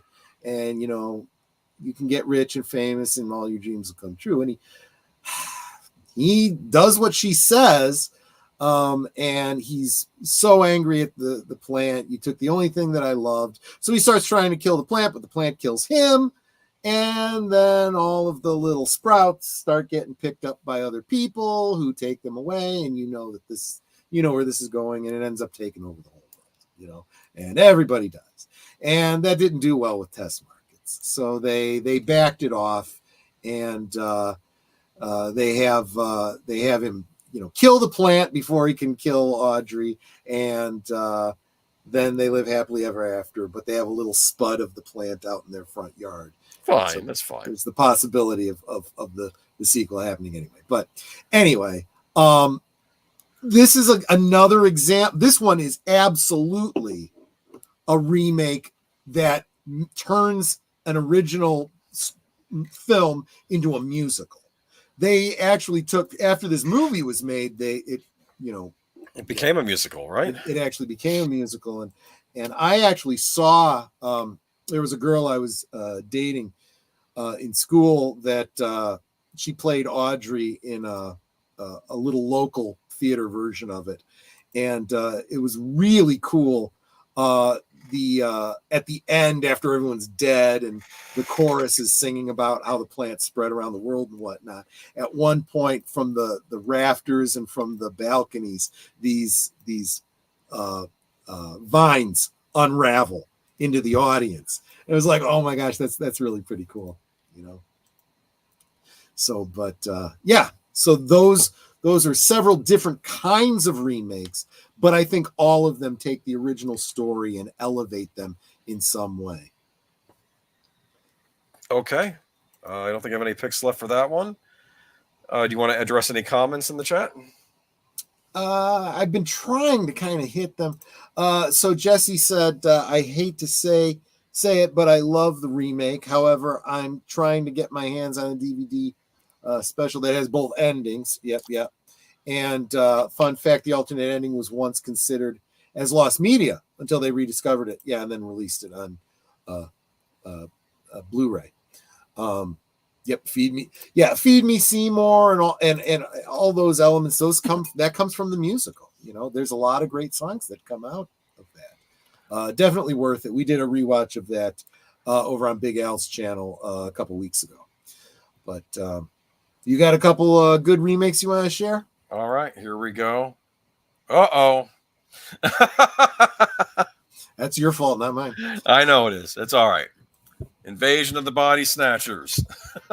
Yeah, this was one of mine, but I knew that if I had ones that you did, that'd be fine. Just one of us. Invasion of the Body Snatchers. So this remake right here. Yep. This is a classic 1950s 50s film. And who is that? Is that Fred? Who the actor? Who is it? I'm forgetting the actor's name, but he was in the remake too. He does show up. We're talking about the original. This is, of course, he's also mad as hell, and he's not going to take it anymore. I forgot he was in that. Yep. I wanted to. That's another movie. He was also in the Twilight Zone movie. Network should have gotten a remake. Yeah. During the cable news era when it was CNN, point. Fox, and MSNBC. Some paper made a point. It would have been good to do a commentary on that. But here we go. We have what do we call it though? We have we have Glorious Black and White. I don't mean to step ahead of you, but step ahead of me. Do you have the thing on as one of yours? No. See, they were inspired by the same story, though. We both thought about that, but a lot of people have talked about that, so we figured we'd move on. Kevin McCarthy. There you Kevin go. McCarthy. Actually, 2 got it first. But here we go. And there we go. This is a movie about another killer plant from outer space. Well, this is 1950s paranoia, right? Cold War is going on, so we have the metaphor of basically what we call pod people, whereas these pods land, they make a copy of you, and then you basically disintegrate, and then they take over as you. Yep. And they sort of act like you, but they're not you, right? Interestingly, just as every other monster, creature, horror film, fantasy is lifted and turned into Dungeons and Dragons, there is an invasion of the body snatchers plant in Dungeons and Dragons called a doppelganger plant. A doppelganger plant. So they must have stuck that in there from here. Absolutely. This is where it comes from. But everyone is afraid of these pods. Yep. These pustule pods that make copies of people. Yeah. That whole concept of calling someone calling people pod people. That's where this comes from. Yes. And it's pretty effective today. Has sort of a happy ending. The army shows up and saves the day and stops the kind of like the ending of The Mist. I've not seen The Mist, but I know about the ending. It's why I don't. Yeah, that's no that mess with your head. No, I don't want to watch that movie. Anyway, here we go. But there we go, and nice looking lady there. And what did you like the original? I did. I very much did. The one thing about the original that bugs me is that this was not supposed to be shot in the scope ratio 2:3:5. Okay. But they had to crop it into that, I think, because the studio made them. So they were taking something that was not originally shot in that ratio and making it wider, which kind of bugged me. And I keep wondering, is there an original version out there that I guess is more of the matted type format? Good question. Yeah, I don't know. But yeah, I just don't know. But I don't know. Anything left to say about the original? No. We got the remake here. Yep. It was 1970. Gosh, what was it? 8. 78. Okay. Okay. Yeah. Donald Sutherland. You like Donald Sutherland? What does he play in this? What is his job? Don't tell me he's a professor. He's a health inspector. Oh, health inspector. Remember he stops by the restaurant and he. Oh, that's right. The whole thing with it's spice. Then eat it. Then eat it. Rat turd. It's a caper. It's a rat turd. Eat it. Yeah. And he's a cook at home. He's got a girlfriend. We have a bit of a cast in this. Look at this: Leonard Nimoy, Jeff Goldblum. What's going on here? Again, Jeff Goldblum is in 2 remakes that we're doing tonight. That was just a coincidence. But there we go. Look at that. This is sort of how the pod people look. I think they are able to stop this from happening. Because when you fall in this movie, when you fall asleep, and I guess it's like the original, when you fall asleep, they kind of like reach into you and they kind of take whatever genetic material and your memories and stuff. Then you kind of shrivel up, right? Yeah. In fact, I think there's a scene where one of the characters, he gets her after she's made a copy, but then she kind of crumples in his hand. Oh, right? Did you know that the director makes a cameo? Interesting, of the original, yeah, and so does the lead actor when he's saying "You're next." It's taking it off of the original of one of the original endings when he's running around yelling "You're next," before they tacked on that army ending where they saved the day. It's I bet that was supposed to be the original ending to the movie, and the studio said test audiences don't like that. Have the army come in and save the day. But it's kind of neat how it sort of takes off where the original left off, right? Yeah, that idea of the happy, sappy ending for a lot of these kinds of movies. It's a very common trope. So it is a remake, a sequel, a requel, as they said in that one Scream movie. I don't know. But there's the famous scene at the end. Yeah. So Donald Sutherland, they're very good at evading. Right. So what happens is why this is so crucial is because you have this small group of people that have figured out what's going on. It becomes a very very Cold War-esque, conspiracy theory thing going on, and some people have figured out what's going on, and Donald Sutherland's working with some other people, And when they meet up at the end, she's like, she sees the one person she thinks she can rely on, and then this happens, and she realizes, oh crap, he's gone too, and now they're after me. And he does no, but what's so creepy about that is, what does he do when he sees her? He makes this howling noise and points. It's like an unearthly howling noise. Yeah. And it's like, they've gotten to him. At first, you don't know that he's been taken over, because basically it ends with him running off and escaping them. And one of the guys says he has to sleep eventually. Yep, exactly. I'm going to get you, Barbara. Exactly. Yeah. This is another example, black and white film that was cut, that was redone in color, cool special effects, kind of elevates the story, bigger budget. And yeah, the cast makes a difference, really, really good cast. Really did elevate it. It's the same basic story with a different ending. Yeah, great example. Yeah. But next we have Jesse's saying, what about Night of the Living Dead? That could be a whole stream in and of itself. Let's save that. I didn't do Night of the Living Dead because I decided to do a different Romero remake, which was The Crazies, because I considered Night of the Living Dead, and I really do like that remake. I think it's a great companion to the original movie. But I decided to go with The Crazies. This is a fictional movie, by the way, YouTube. I mean, this is not based on any real-life scenario. This is completely fictional. Oh, the plot of The Crazies is about a government-made pathogen that gets loose by accident in a small town in America. What year was this film made? 73. It was a virus named Trixie, and it makes people go insane, and sometimes they turn homicidal on each other. This is after the whole LSD thing. This is after they were. I think Agent Orange might have been an inspiration for this too. They sprayed the West Coast with poison to see how it. Yeah, this is stuff the government. This and I'm not talking about conspiracy theories. This is all declassified stuff. Yes.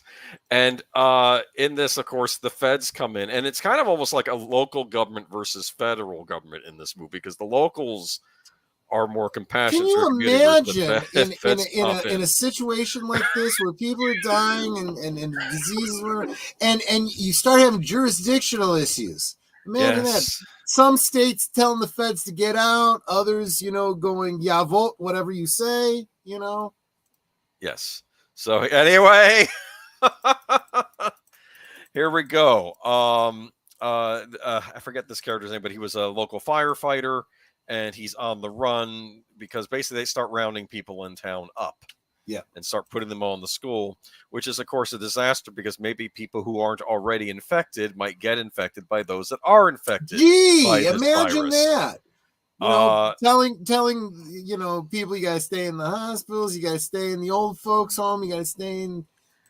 This movie, I didn't care as much when I saw it when I was younger. Upon rewatching it in recent years, I found it oddly prescient. I don't want to say why, but there's some great social commentary in this movie. So maybe less of a horror movie than he usually did, even though there's some spooky elements in it, like the grandma that's sewing, like doing the needlework, and I think she stabbed someone in the house to death with the needles or something. And there's another crazy gentleman, it looks like, or maybe that's just someone who's angry. Jesse brings up a great question. Who do you think would win? The pod aliens or the creature from John Carpenter's The Thing? I don't know. But that's a young lady in the Could movie. they form a symbiotic relationship? I don't know. That could be interesting. But anyway, the original is a great little film. It's worth a rewatch. Better than I expected. But I remember they were going to do a remake of this. Okay. And I was like, well, it's a Romero movie. But this was in 2010. We were far into the War on Terror. Yep. I had my own issues with how that was being handled at the time. But we have, of course, they're out in the woods, and of course, this movie has a twofold enemy. You have basically the feds who maybe they act benevolent until they start shooting, showing guns at people. Then you also have the infected people that have gone insane. Yep. and are attacking you. So you have two fronts. If you're not don't have the disease, you have to worry about doing this. They did remake this movie back in 2010. Timothy Oliphant is in it. See, I did not know Justified. that this was a remake, and I never actually saw this.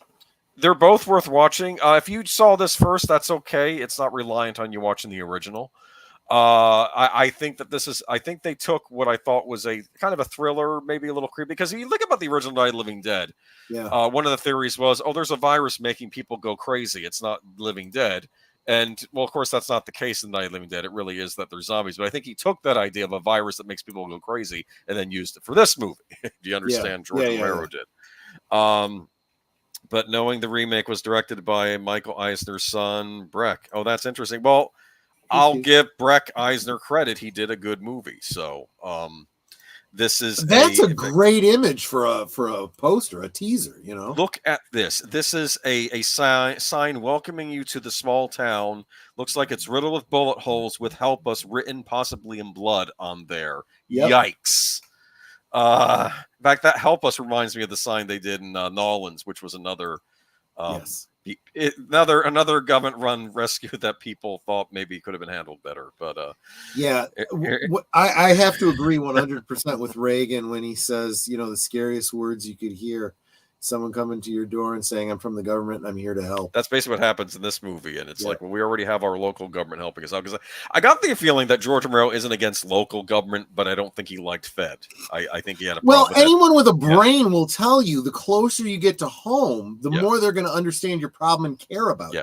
Right? So, I mean, the feds don't know or care about your situation. The state police, your local police, okay, they might actually even be going to church with you, right? But your family, okay. So the closer you get, the more you have invested in those people. This is why the concept of socialism works great for families. There's a funny church groups, but it doesn't work so well as a federal government. Actually, I assume you may end up watching The Crazies someday, so maybe I won't spoil this one scene in it, which I think you'll find funny. So I'll leave that. Let's get to the remake. Remake. Everything's fine in this nice small town. You have the sheriff here, played by Timothy Oliphant. He's married to a lady doctor in town, and they're trying to start a family. And at the ball game, this guy shows up with a shotgun. And Timothy Oliphant, look, you showing up to a ball game with a gun, and Fred is like, you're drunk. It's okay. Put the gun down. And the guy's like, come on, put the gun down. And then finally, the guy keeps walking toward him, and he says, because he's actually trying to de-escalate the situation, saying, "You're drunk. It's okay." And finally, this guy raises the gun to point at our sheriff here, and he just has to shoot him dead. And he didn't want to do that, but when that happens, he had to react. And, he's talking to the family. "I'm really sorry." And the wife says, "He's not drunk. He quit that 2 years ago. He's real proud." And then she slaps him, and their son is there, and it's all uncomfortable scene. Yeah. This is a gentleman later on in the movie who seemed to be acting strange, and then he decides to lock his wife and son in the closet that they're hiding in, and then proceeds to set the house on fire. Something weird is going on here. A bunch of hunters nearby river. They find a dead paratrooper there. And, Timothy Oliphant, sheriff, he goes out looking, and turns out that there's a crashed plane there. And he kind of puts two and two together. He's saying, people are acting weird. My wife, who's the doctor, can't figure out why these people are acting funny. This water, and he's like, where does this water in this river go or lake go? And they say, it filters out to the drinking water. And he's like, he goes up to the town mayor, and he's like, we got to shut the drinking water off. He's like, this is farmland. You're going to kill the crops. No dice, the mayor says. And guess what he decides to do? I'm shutting it off anyway. He basically says, I don't care if it costs me my job. I'm done. Yeah. But unfortunately, by then it's too late because the virus has spread around town. People are acting weird. They're like, he goes to the local mortician, and he finds the mortician, and his lips and eyes have been sewn shut. And there's a scene where he's clipping open the mouth. And then the mortician says, right behind you. And then he turns around, and it's one of the, I don't know if it's Lois, the town coroner is trying to attack him and kill him. And It's just people are acting weird, and then eventually it's not long before the feds show up. You got army, you got people running around in hazmat suits pointing guns at you like in the original. Mark says, as Kayla stated, I have returned.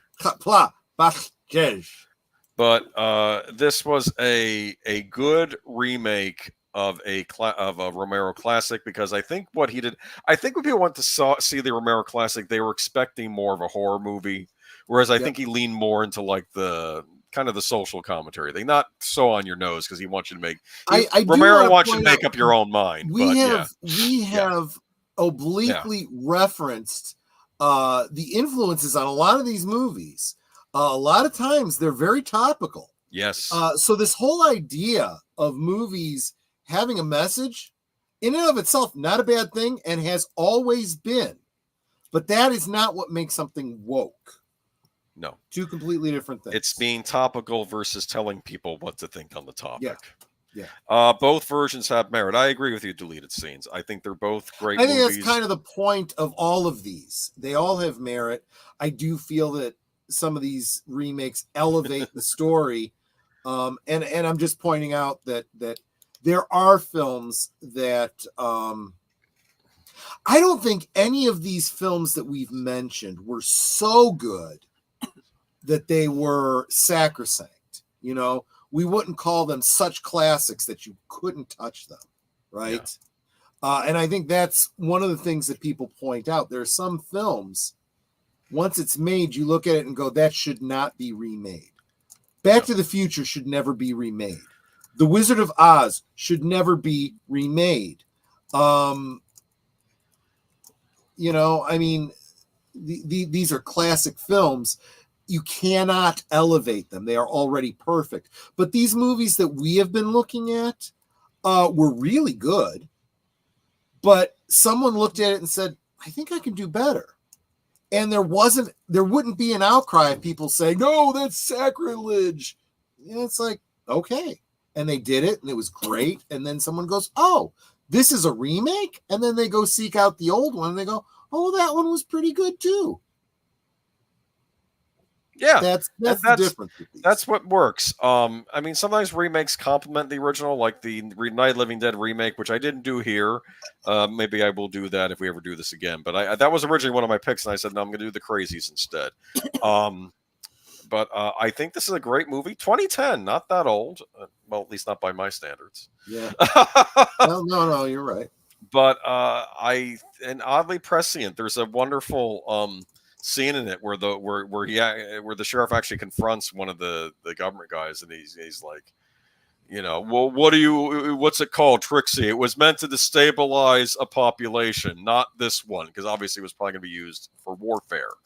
Yep. Do you understand? And he's like, well, we have to stop it. Do you want a worldwide pandemic? The guy says, and I'm thinking, things I'd like to say right now. I'm not relating this to current events, YouTube, just so you know. Okay. Not at all. This is fiction. The Blob. There's other channels that are adjacent to ours that have talked about that a whole lot. That's a great remake too. And you notice the common theme here. We're doing a lot of horror movies. Yeah. Because I think horror movies tend to be made, not all the time. We've had bad horror remakes. Yeah. But I think a lot of people, when they go to remake a horror movie, it's because they actually do love the original, but they felt there was a way they could update it and make it interesting. And I would say what we kind of alluded to it when we were talking about The Fly. The idea of what makes for something scary has changed, right? So what we thought was scary as kids, when we get older, we look back and go, okay, yeah, that doesn't really hold up. If I was to show this to my kid, they probably wouldn't be scared of it. The thing is that yes, you can do that, but you got to know how to scare people. You know, Blumhouse has had kind of been hit and miss with this kind of thing. They've done some remakes that were like, you didn't improve it. So a lot, you know, we didn't want to get into the movies that weren't good remakes, but there were a lot of horror remakes that weren't. The remake of the Amityville Horror, the remake of Psycho, the remake of Friday the 13th, Nightmare on Elm Street. You know, these are all movies that were good enough, didn't need to be remade, and you didn't stick the landing. Nope. Yeah, that's what happens. You When know? you're just remaking something to make a quick buck, Yeah. instead of remaking it because you have a love of the material and a love of film and you want to do it that way. Because we've had plenty of remakes. Movies get remade all the time. People forget that Maltese Falcon, which is considered a classic, that was the third remake when that came out. Yep, you're right. A Star is Born classically gets remade, like supposed to be remade every 20 years. They missed the version in the 90s. They were going to do one too, but it didn't. It was going to be about the hip hop scene. That would have been terrible. But they were planning to do one. Didn't they just recently do one with Lady Gaga? Yes, they did. It was about pop music. Yes. Yeah. I think they went from Hollywood, then later to pop music. The idea is they redo the same story. I have very little interest in that story because you don't have to like it. It's kind of depressing. The first version I saw was with Barbara Streisand, and I just can't stand her. That's considered the worst one. Freddie Well, Sinellis. good. I don't feel so bad for not liking it. I think the Judy Garland one was pretty good, but current events are scary enough. Well, the thing is, though, I don't know. I like a good horror movie, and this was a good one. And it's a good remake. So, Mark makes a great point because you got to think why do we enjoy horror films? Sometimes it's because you're seeing a movie that's about something you're scared of, that you have anxiety about, and you want to see people trying to overcome it. If they fail to do so, you don't feel so bad, if you fail. But when you see somebody, survive at the end or overcome the baddie or whatever, you feel like, okay, well, there's hope. There's hope, right? Also, it comes down to the whole theory of why do we dream? Why do we have nightmares? There's one theory that your brain makes up scenarios about things that you are anxious about to give you an opportunity to work through those in a safe environment. Being chased by the monster, or trying to survive, in the desert, your house is burning down, you got to get out, stuff like that. It causes you to think about being in that circumstance before you're actually in that circumstance. Some of these movies are conscious versions of that. Yeah. How many times have you been to a horror movie, especially with your friends? Don't go in there. Don't go in there. Don't back up into the dark room. All these kinds of, don't split up so you can be killed individually. All of these survival instincts you have, you see someone not doing that so that hopefully if you're ever in a scary situation, and you're not going to be attacked by some immortal revenant slowly killing all of your classmates, but there are crazy people in this world that you could find yourself in a life or death situation with, Oh, look at this. Geek Flag says, I'll tell you one horror movie that the original and the remake was absolutely terrible. Rosemary's Baby, extremely boring. I didn't even know they remade that. Oh, they did it as a mini series. That's right. I forgot who was in that. I did not like the original. I know some people love it. I don't like that. Omen's much better. That's my. Of course, the Judy Garland one is good. It's Judy Garland. I haven't even seen it, and I know it's good because it was freaking Judy Garland. Yes. No, you're not wrong there. And I'll tell you, maybe that's the other thing. Okay. Judy Garland, and she's followed up by Barbara Streisand. Yeah, screw that. All right, Troy. So what do you want to do now? Okay. Did you get through all of yours? Okay. I did. Do you want to do what we would do yet, or do you want to save that? Yeah, no. Let's go ahead. Let's. I mean, if you don't mind, I don't mind. You guys that are still with us, if you don't mind, we're gonna go a little longer than the usual 2 hours. We're at the 2 hour mark. We're gonna go in and we're gonna talk about some of these others. So. Do you have slides for that, or we? Yeah, I got to set them up. Hold on. Oh wow! You look at you all professional and all prepared. Professional. Not really. I should have done this while I was doing the other one, but I was talking, so that was why. Let me do a PDF of 4, and I'll get 5 up in a second. But these are now our own ideas. If we were to remake a movie, I'm going to get yelled at for a couple of mine, I'm sure. Now, I do feel like we do have to preface this and say these are movies. Think about the ones we just talked about. The original movies were good, but we think that a modern remake could elevate them. But as I said in my monologue, if it has the right director and the right actors, some of the morons yeah. in the entertainment industry right now could not do it. I would not want to see any of these happen right now. I have one possibility, and I'm going to get into trouble for the one, but let's go ahead and do this. Okay. Good, I used my fake name there. Films that should be remade, maybe. Yes. I put that in parentheses. Troy's picks. Yeah. So Logan's Run. And I'm not alone in this one. A lot of people have brought this up.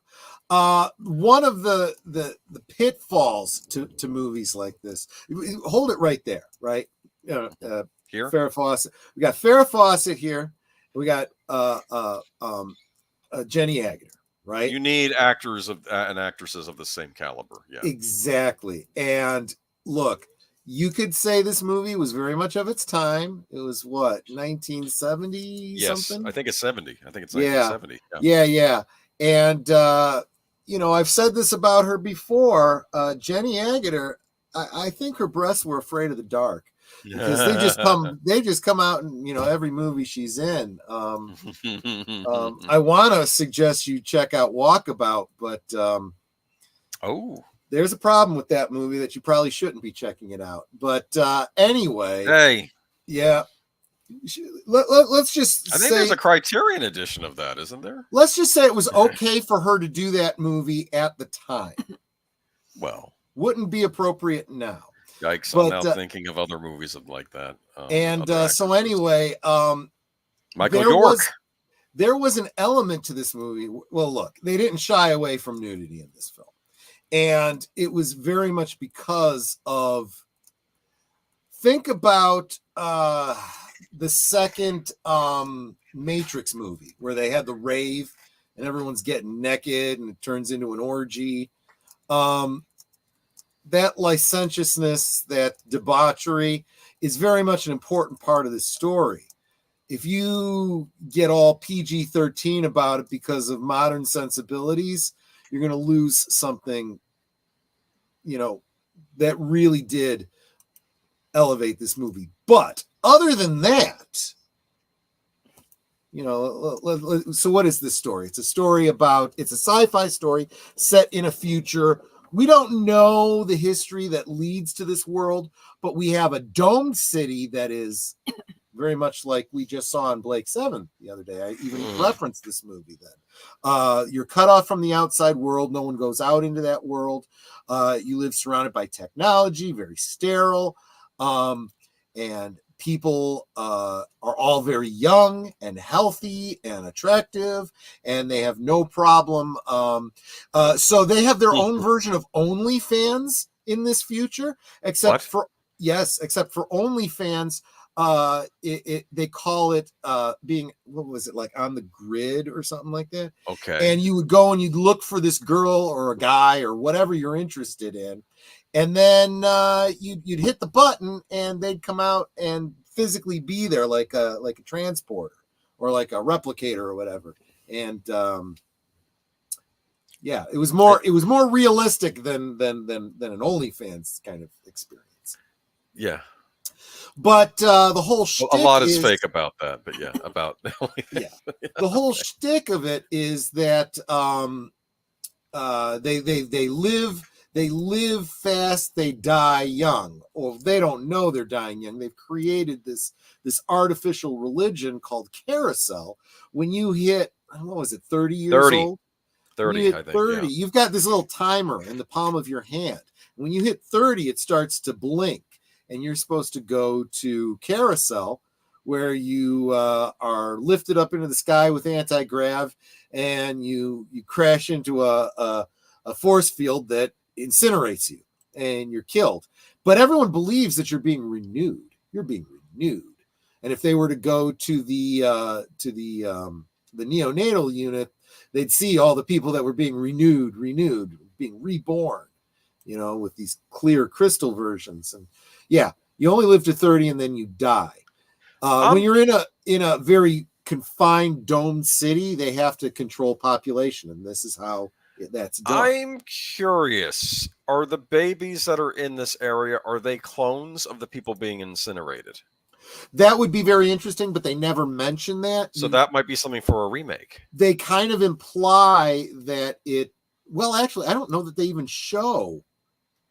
Okay. Because do women get pregnant and have children naturally? They didn't show it in the movie, so you don't know that. Yeah, that's a good point. There was a series that was made based on this. Yeah, I thought about showing clips, but I decided not to. Nah, it's not necessary. The only thing that was interesting about that was that you find out that there are some older people. They take the place of the shadow government, the deep state, right? These people behind the scenes running everything.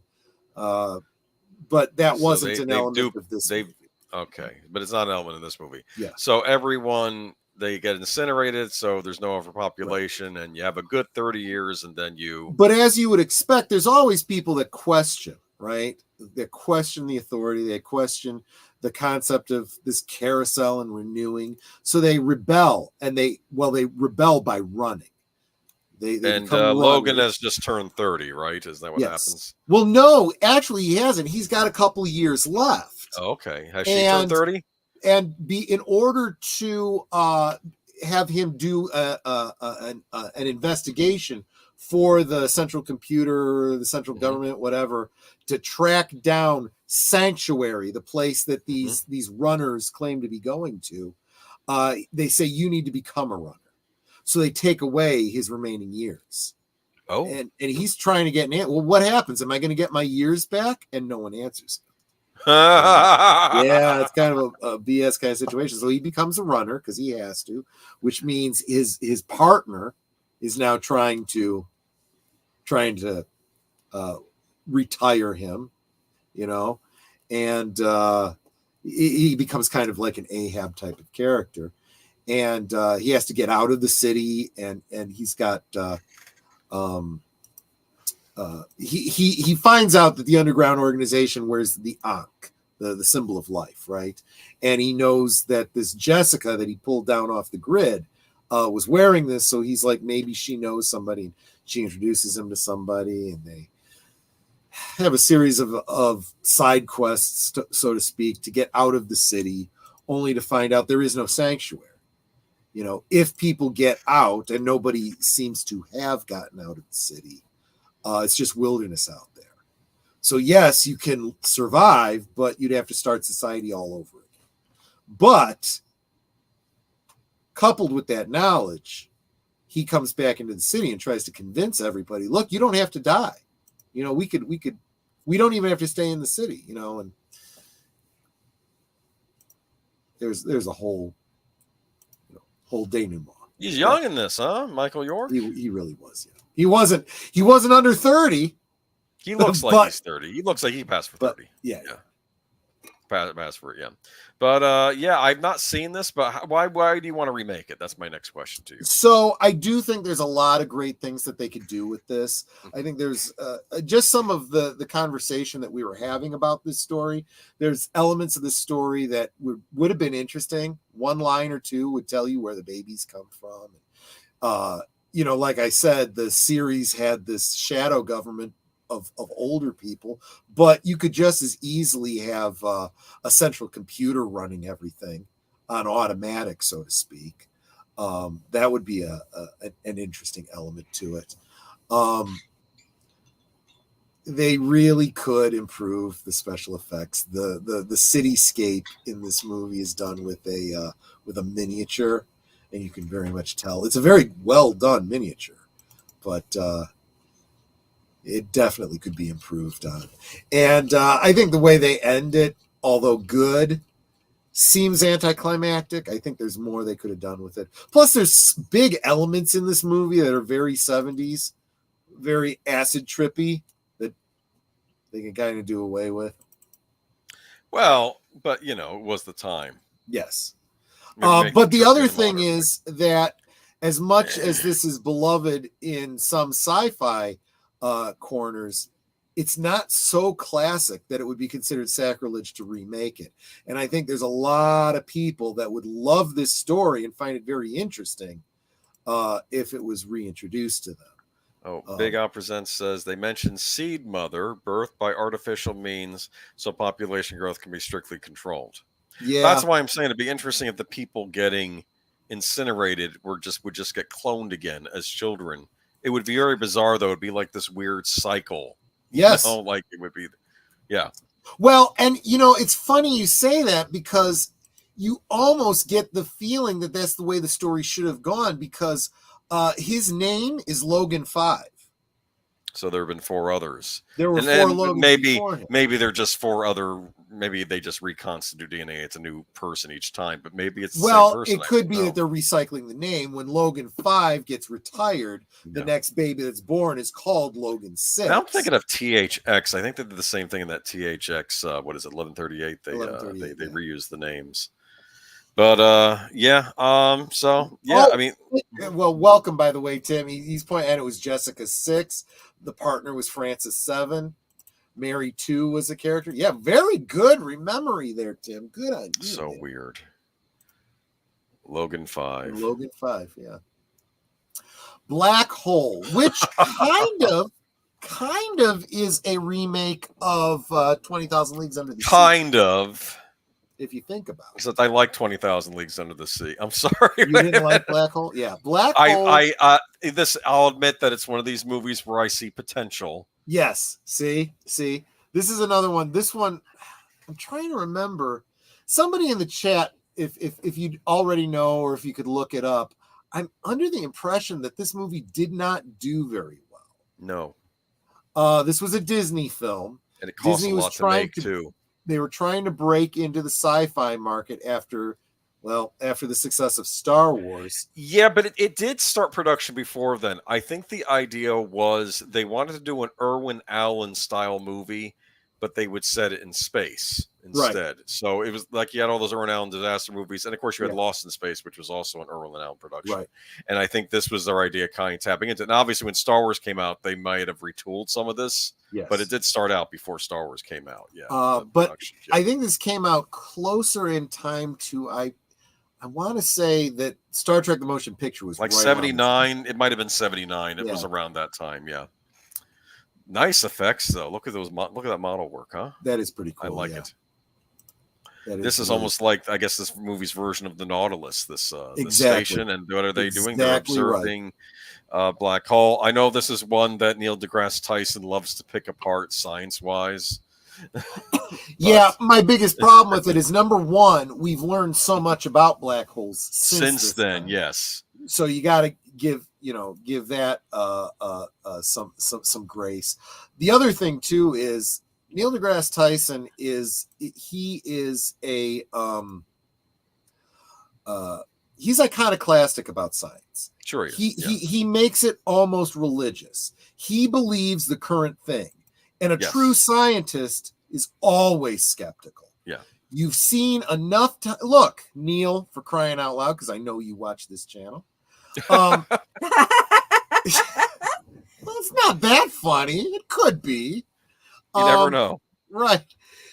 He has lived long enough to see the concept of the black hole being a literal black hole in space so dense that light can't escape, to come to realize, no, it actually is, it filters light around it. So it's very bright, but although it's not light coming from the black hole itself, it's focusing light from behind it. And it's also giving off radiation, which, interesting. Before Dr. Hawking, and by the way, it's called Hawking radiation, named after Dr. Hawking. He completely changed the way we look at black holes. So if you're going to be so rigid about this is the science and this is the way it is, sure, until we learn something new. Get over it, pal. You don't know because you're not God, so deal with it. Anyway, but we have Robert Forster. I do not like him. Just I'm not as harsh on him, but I understand why you don't like him. Yeah. Robert Forster's there. We also have Anthony Perkins in the background. You can't see him that well, Psycho. unfortunately. Great. We have a great cast here. Yep. The robot there is played by, oh no, Blank. Roddy McDowell. Oh, Roddy McDowell. Not That's Roddy. right. That's right. Yeah, Roddy McDowell. Roddy McDowell. Yeah. Yes. Okay. Yes. Not Ronnie. Ronnie was the singer, right? Yes. I almost thought I said Malcolm McDowell because my brain's getting fried. Oh, anyway, okay, I got you. So you have an exciting cast. You also have Ernest Borgnine. Yeah. Look at that. Well, because you couldn't have a disaster film in space without Ernest Borgnine. So I think that was probably how it was originally sold. Now I don't know if they started adding these robots and things after the success of a certain Star Wars movie. Yeah, I suspect. So maybe some things got retooled. Yeah. Those are some scary looking droids, man. Yep. Yeah, they are. This is like a haunted horror show in space. This this space station. Yeah. I do not like it. There is our villain. What was his name again? Nemo. I don't know. Or Maximilian. I don't know. Yeah. Something like that. Maximilian. Something. He's basically the Nemo character. He's Nemo, except. And he wants to study the black hole, and I think he eventually wants to go into it. Yep. Isn't that what he wants to do eventually? And he has a bunch of other hooded robots on the ship, which we never get. They're kind of have these metal, like these kind of almost mirrors on their faces. You can't even see. We learn more about them as the movie goes on, much to our horror. Because of course the crew they all died already. Only he remains, right? And the young lady's father, who's part of the expedition, went on this. They did make some toys of this. They were in that 3 3/4 inch scale with they used the same kind of tooling as Star Trek the Motion Picture. Those yes, they had I think I had a couple of these toys actually. They had jointed metal pinned jointed elbows and knees, which made them had more points of articulation than Star Wars toys. Those were the precursors to the G.I. Joes of the 80s. Yes.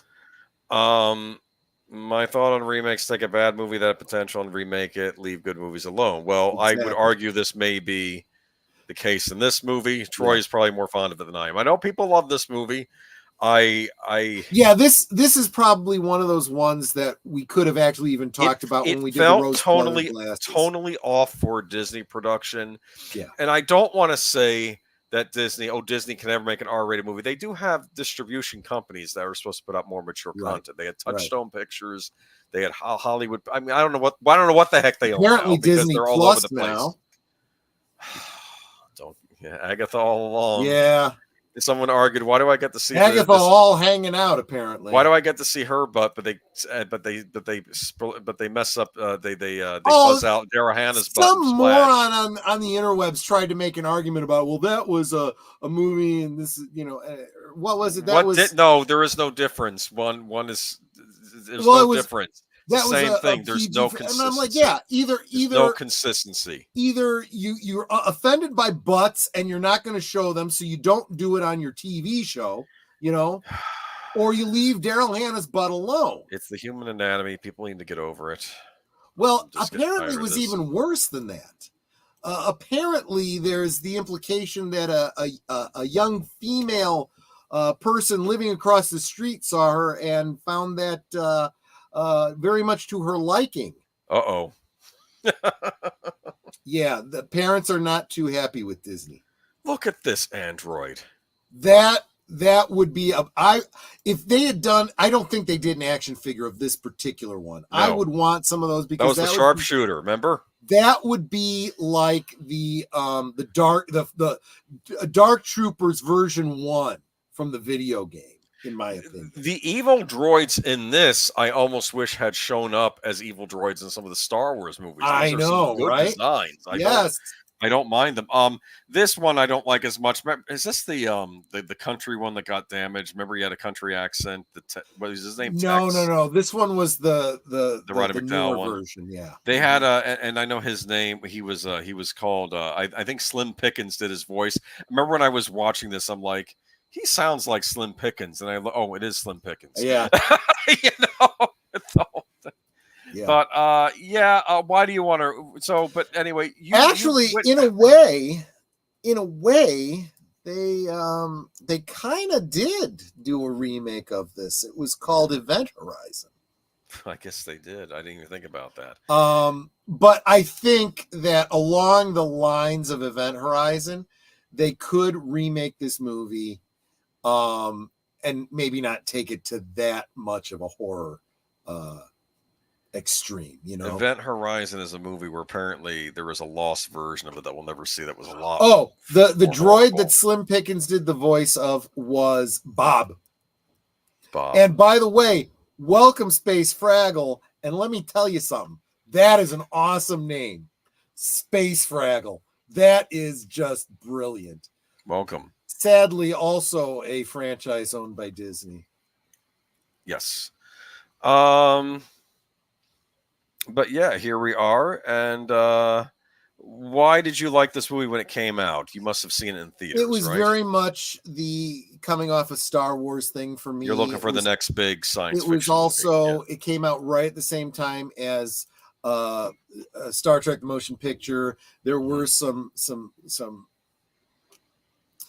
I don't want to say related elements, but some of the special effects seemed very similar. It had a very similar aesthetic that kind of appealed to me.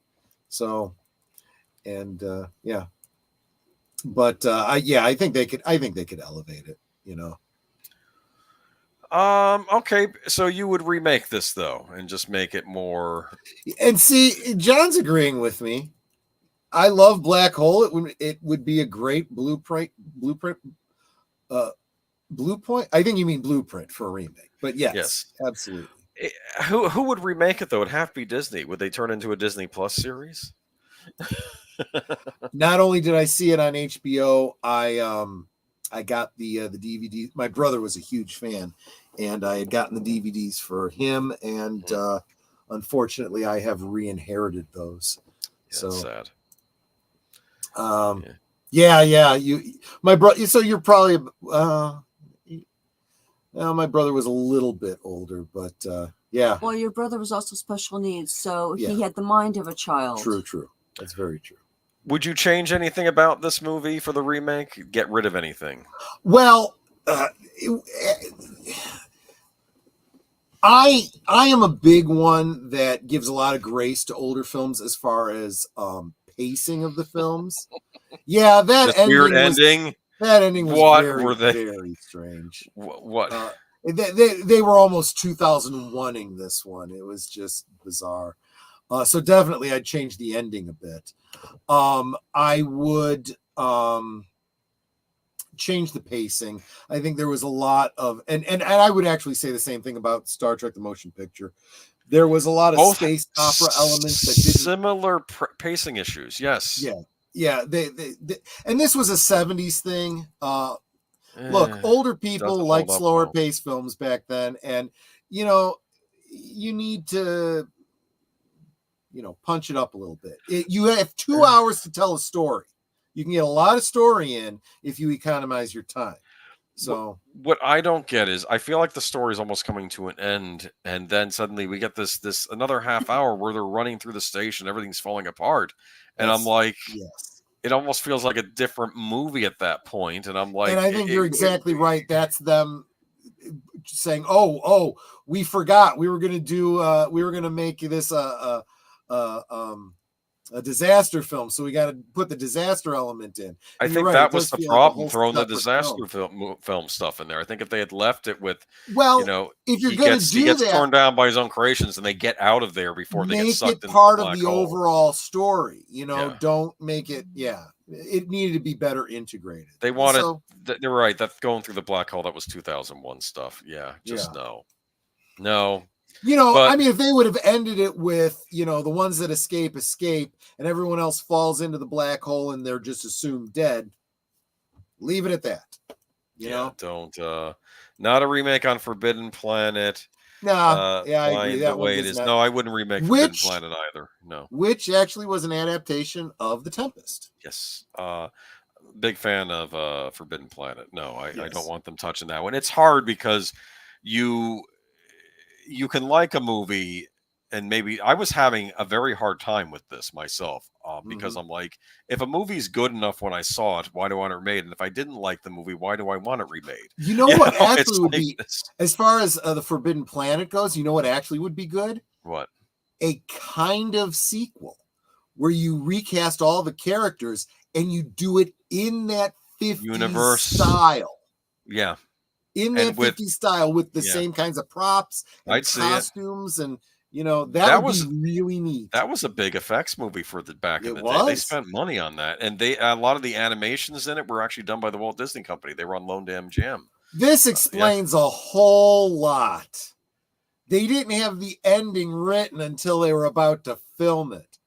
A remake could fix that easily. Yeah, exactly right. Honestly, my favorite thing about Black Hole is that it's about 90 minutes. Yeah, it seems a lot longer. That's though. the problem. Yeah. But yeah, no. 90 minutes is a good movie length. Yeah. Oh, sorry. No, I no, getting I ahead agree. of us. Okay. No, go ahead. Let's go on to the next one. But anything We've else to say actually about Black talked. Hole? We've actually talked about this one before on the channel. Now, I was kind of did a head scratcher. I'm like, well, we're talking movies. This was a series, but then of course I forget this was a theatrical feature. Yes, it was. So we have to still count it. Yes, it was. Here we go. And I am talking about this original because I don't see this becoming a TV series again. I do think this, if you were going to remake this, you remake it as a you could do a series of movies. And the first one could almost be remade in whole cloth, the almost exact same narrative. I think it was a great establishing story. I think they could tighten up some of the, the sci-fi elements. There was this,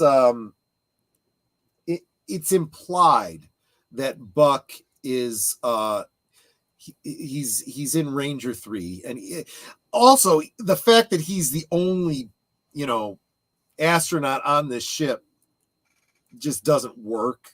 It would almost have to be like a what's it called, like a Planet of the Apes situation where you got three people in the crew and he's the only survivor. They could be killed by the people that picked them up. Remember that? That's another great point. Yeah. But there is the implication that there's some sort of accidental cryonics that happens to him. It could be he was trying to save his fellow astronauts and then got stuck and thrown off too. Like maybe what would actually be a better and more plausible explanation is the ship gets caught up in a a micro black hole or something. That's what happened on Andromeda. That's how he ended up in the future. Yeah. And how does that happen? Because it accelerates them to near light speeds out of the solar system. So yes, they don't like fall into cryosleep or whatever, but in trying to get back, they don't realize that 500 years have passed. They're picked up by the Draconians, and I think that's a great idea. Two of them don't make it out alive.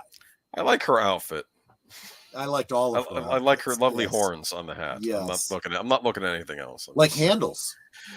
And then we have the great Henry Silva there as with the villain. Remember? Yes. So no, this is I did watch the pilot to this recently, the television pilot, not the movie version. But I was. How's it going, Buck? Yeah.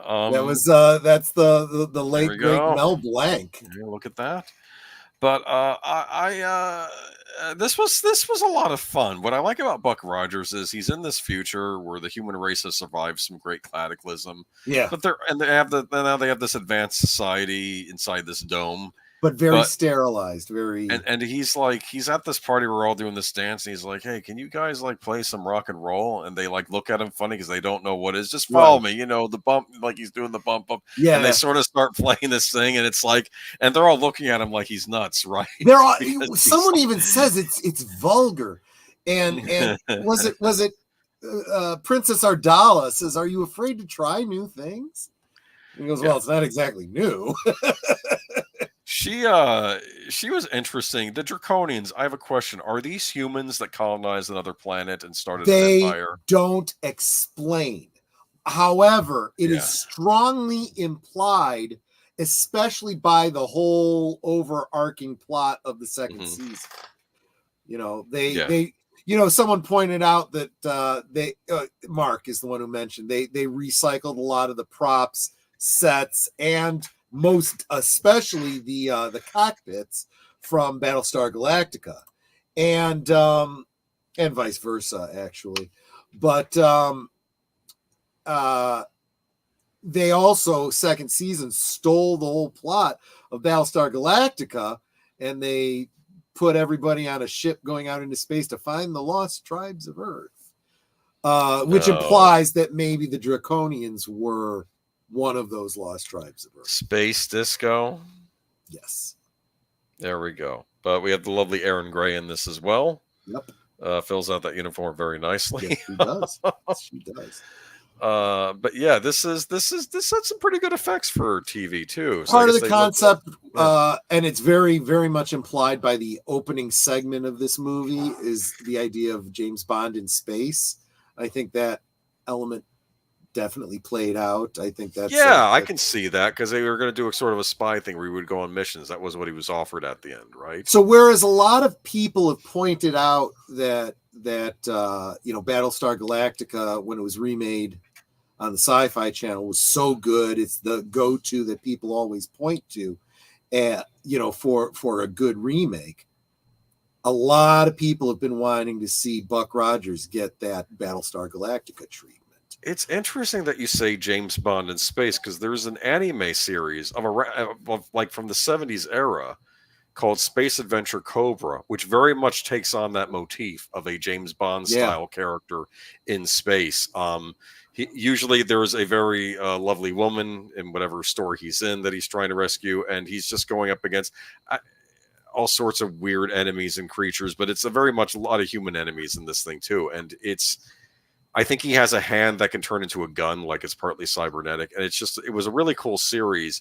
And it was neat because he would even have reoccurring villains too, like this one guy who was called Crystal Bowie, and he was like a man, but like he was all made out of crystal. And he was one of the recurring villains. And it was very much like a James Bond style story in space. And that's what this is reminding me of too. So yeah, I could see that. Yeah. Nate points out that Buck Rogers, I think you meant in the 25th century. Yeah. The budget was 3.5. It wasn't 3,500, was it? 3,500,000, maybe you meant another comma there. Maybe. Oh yeah, that could have been a comma instead of a. That makes sense. That's probably what he did. 3,500,000, and made worldwide 20. So it made 7 times its original, or almost 7 times its original budget. That's a successful film, absolutely. But yeah, I could so see them easily doing this as a movie series. Have fun with it. And I'm not even saying cast Ryan Reynolds, but cast a Ryan Reynolds type. Cast an actor that can be both, has comic timing, but can also be a leading man. That's who you cast as Buck Rogers. I wouldn't, Jesse. I would not want a Babylon 5 remake. I love Babylon 5. I think it's perfect the way it is. J. Michael Straczynski has been trying to get it remade for a long time. It's in development hell, and I kind of hope it stays that way. I understand that he had a different vision for it. Life happened, and I think he made lemonade out of lemons. That's one that I can't see them improving on. That one, I think, would be doomed coming out of it. Yeah, and I knew Mark would be thinking of Space 1999 would be another. At this point, it'd be Space 2099. Yes, exactly. But I could see them doing that. I could see them redoing UFO. That was another by that same guy that did Space 1999. I could see them redoing that as well. But again, it has to have the right people behind it, and in fact, I would want them to go back to the spirit of the first season of Space 1999, which was almost kind of a horror show, because they were always running into these things on Space 1999 that At best, you'd run into aliens that were ambivalent to humans, like they didn't like them or dislike them. And half the time, they were running into hostile aliens. I think on that the show. idea of aliens is probably not always the best. I think that, and we're going to run into this as we're going through Blake 7 on Tuesdays. Yeah. The Blake 7 episodes that are just Federation human, Yeah. outlying colonies and stuff, fine. When they start trying to bring aliens into it, it's like, oh, really? Duh. And they did the same thing with Battlestar Galactica, the series. It was like there was aliens and all this. It's like, oh no, this is dumb.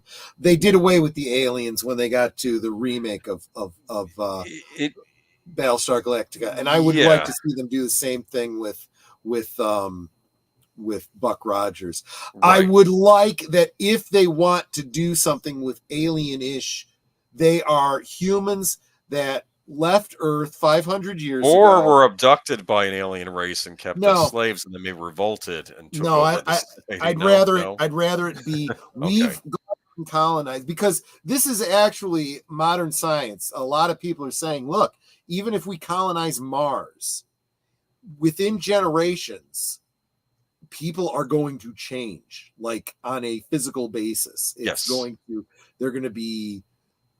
That happened in the gravity happened in the Lensman books. One of his friends was Valerian Dutch, but I think he was raised on a moon where the gravity was so low that he was very strong because he was used to being in such a harsh environment where the gravity was, like low gravity. Yeah. So no, strong gravity. Usually that you get strong strength gravity, because you come from They do that on what is it? The Orville.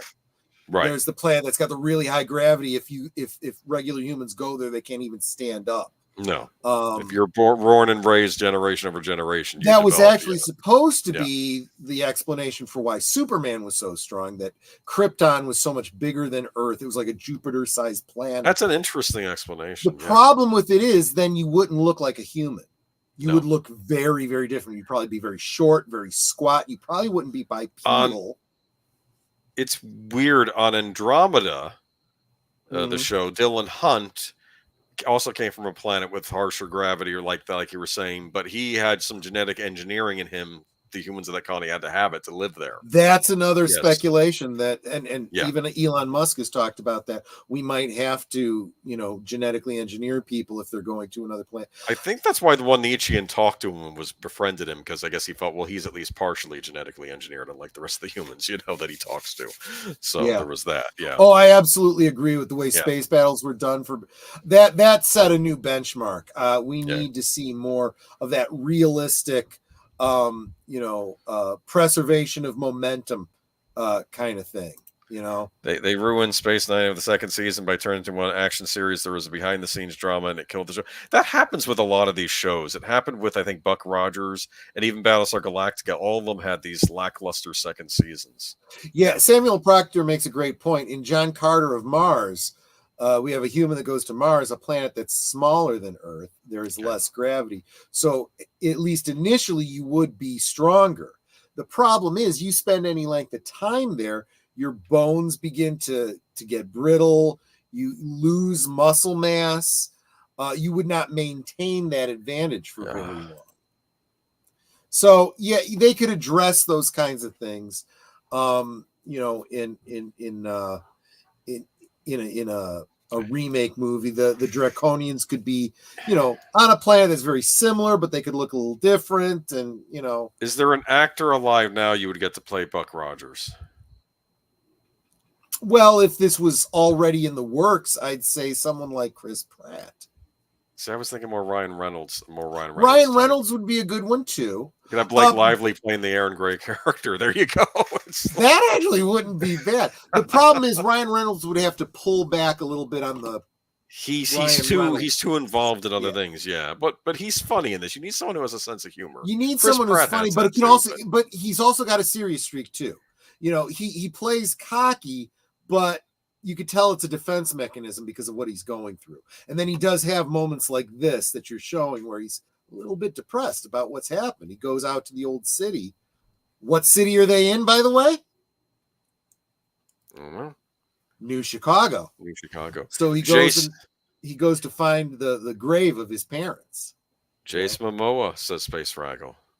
No, I see him more as not in the Henry this. Silva role as the villain, right? Yeah, no, as Tiger Man. Oh, okay. Right?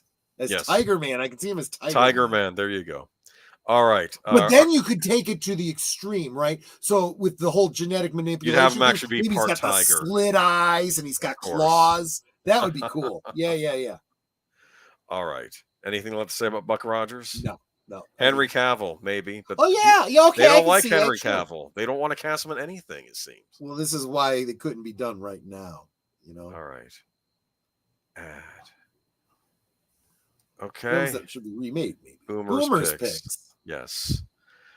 Vampire Circus. Have you seen Vampire Circus? Yes, I've got it on Blu-ray. This was I have it on Blu-ray also. It's a nice Blu-ray. Yeah. The first. Is this a Hammer production? Yes, it is. It's one of the later ones. This was from the one 70s. of the first. After you pointed out to me, yes, that Hammer Productions. The reason I was having a hard time finding the Blu-rays, they were out of print. They were going for like $300-$400. Oh yeah. You said it's available on Blu-ray. Yeah, the DVDs were out of print, but now they put them on Blu-ray. This Blu-ray came with a DVD. If you got, I don't know if you got this as a standalone or did you get it in a pack with others?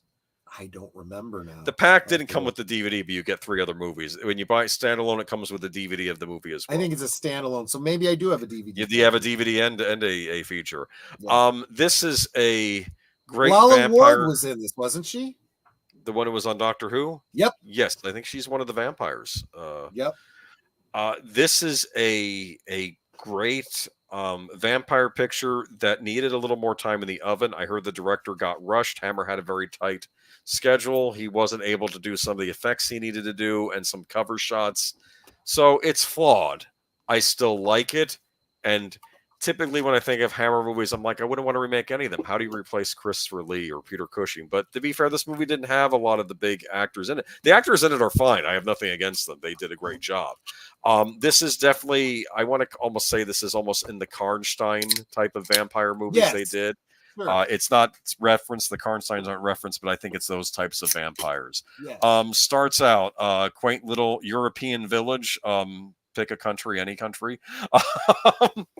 Almost fairy tale like. This beautiful young woman is bringing this young girl to this count's castle, and he appears before her and basically decides to consume the child, and then makes love to the woman. He says, "One lust feeds another." It's like, very nice looking young actress here too. In the love scenes, this would have been an R rating because of the nudity. Ever since I saw the TV miniseries V, right?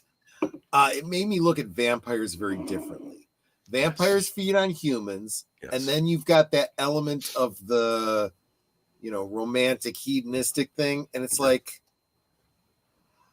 I don't see playing with your food. I really don't. That's gross. It's funny. There was a line on True Blood, where the one vampire lady was, and he's like, "Don't kill me," and he's like to this one, and she's like, or like, "Don't," or no, or I forgot what it was, or so I know. I think he said, "Don't," something great. And he says, "I'm not. You're my food. I'm not going to do that. That's disgusting." And she got all angry at him for the character. But here we go. Great. We have the local townsman, the schoolmaster sees his wife do this. He says, and little children have been disappearing in the town. So he knows, oh no, something's up. The count is up to something with these kids. I have to go tell the mayor, even though it's my wife. He's like, no. The town are like, what are we going to do? He's the count. He could have us all hanged. And the mayor's like, well, no, I think we have to go investigate this. So they go in, find the girl dead, and realize she's been drained of blood, vampire bite marks. She's a vampire. They decide we got to attack this thing and kill it. It's a vampire. And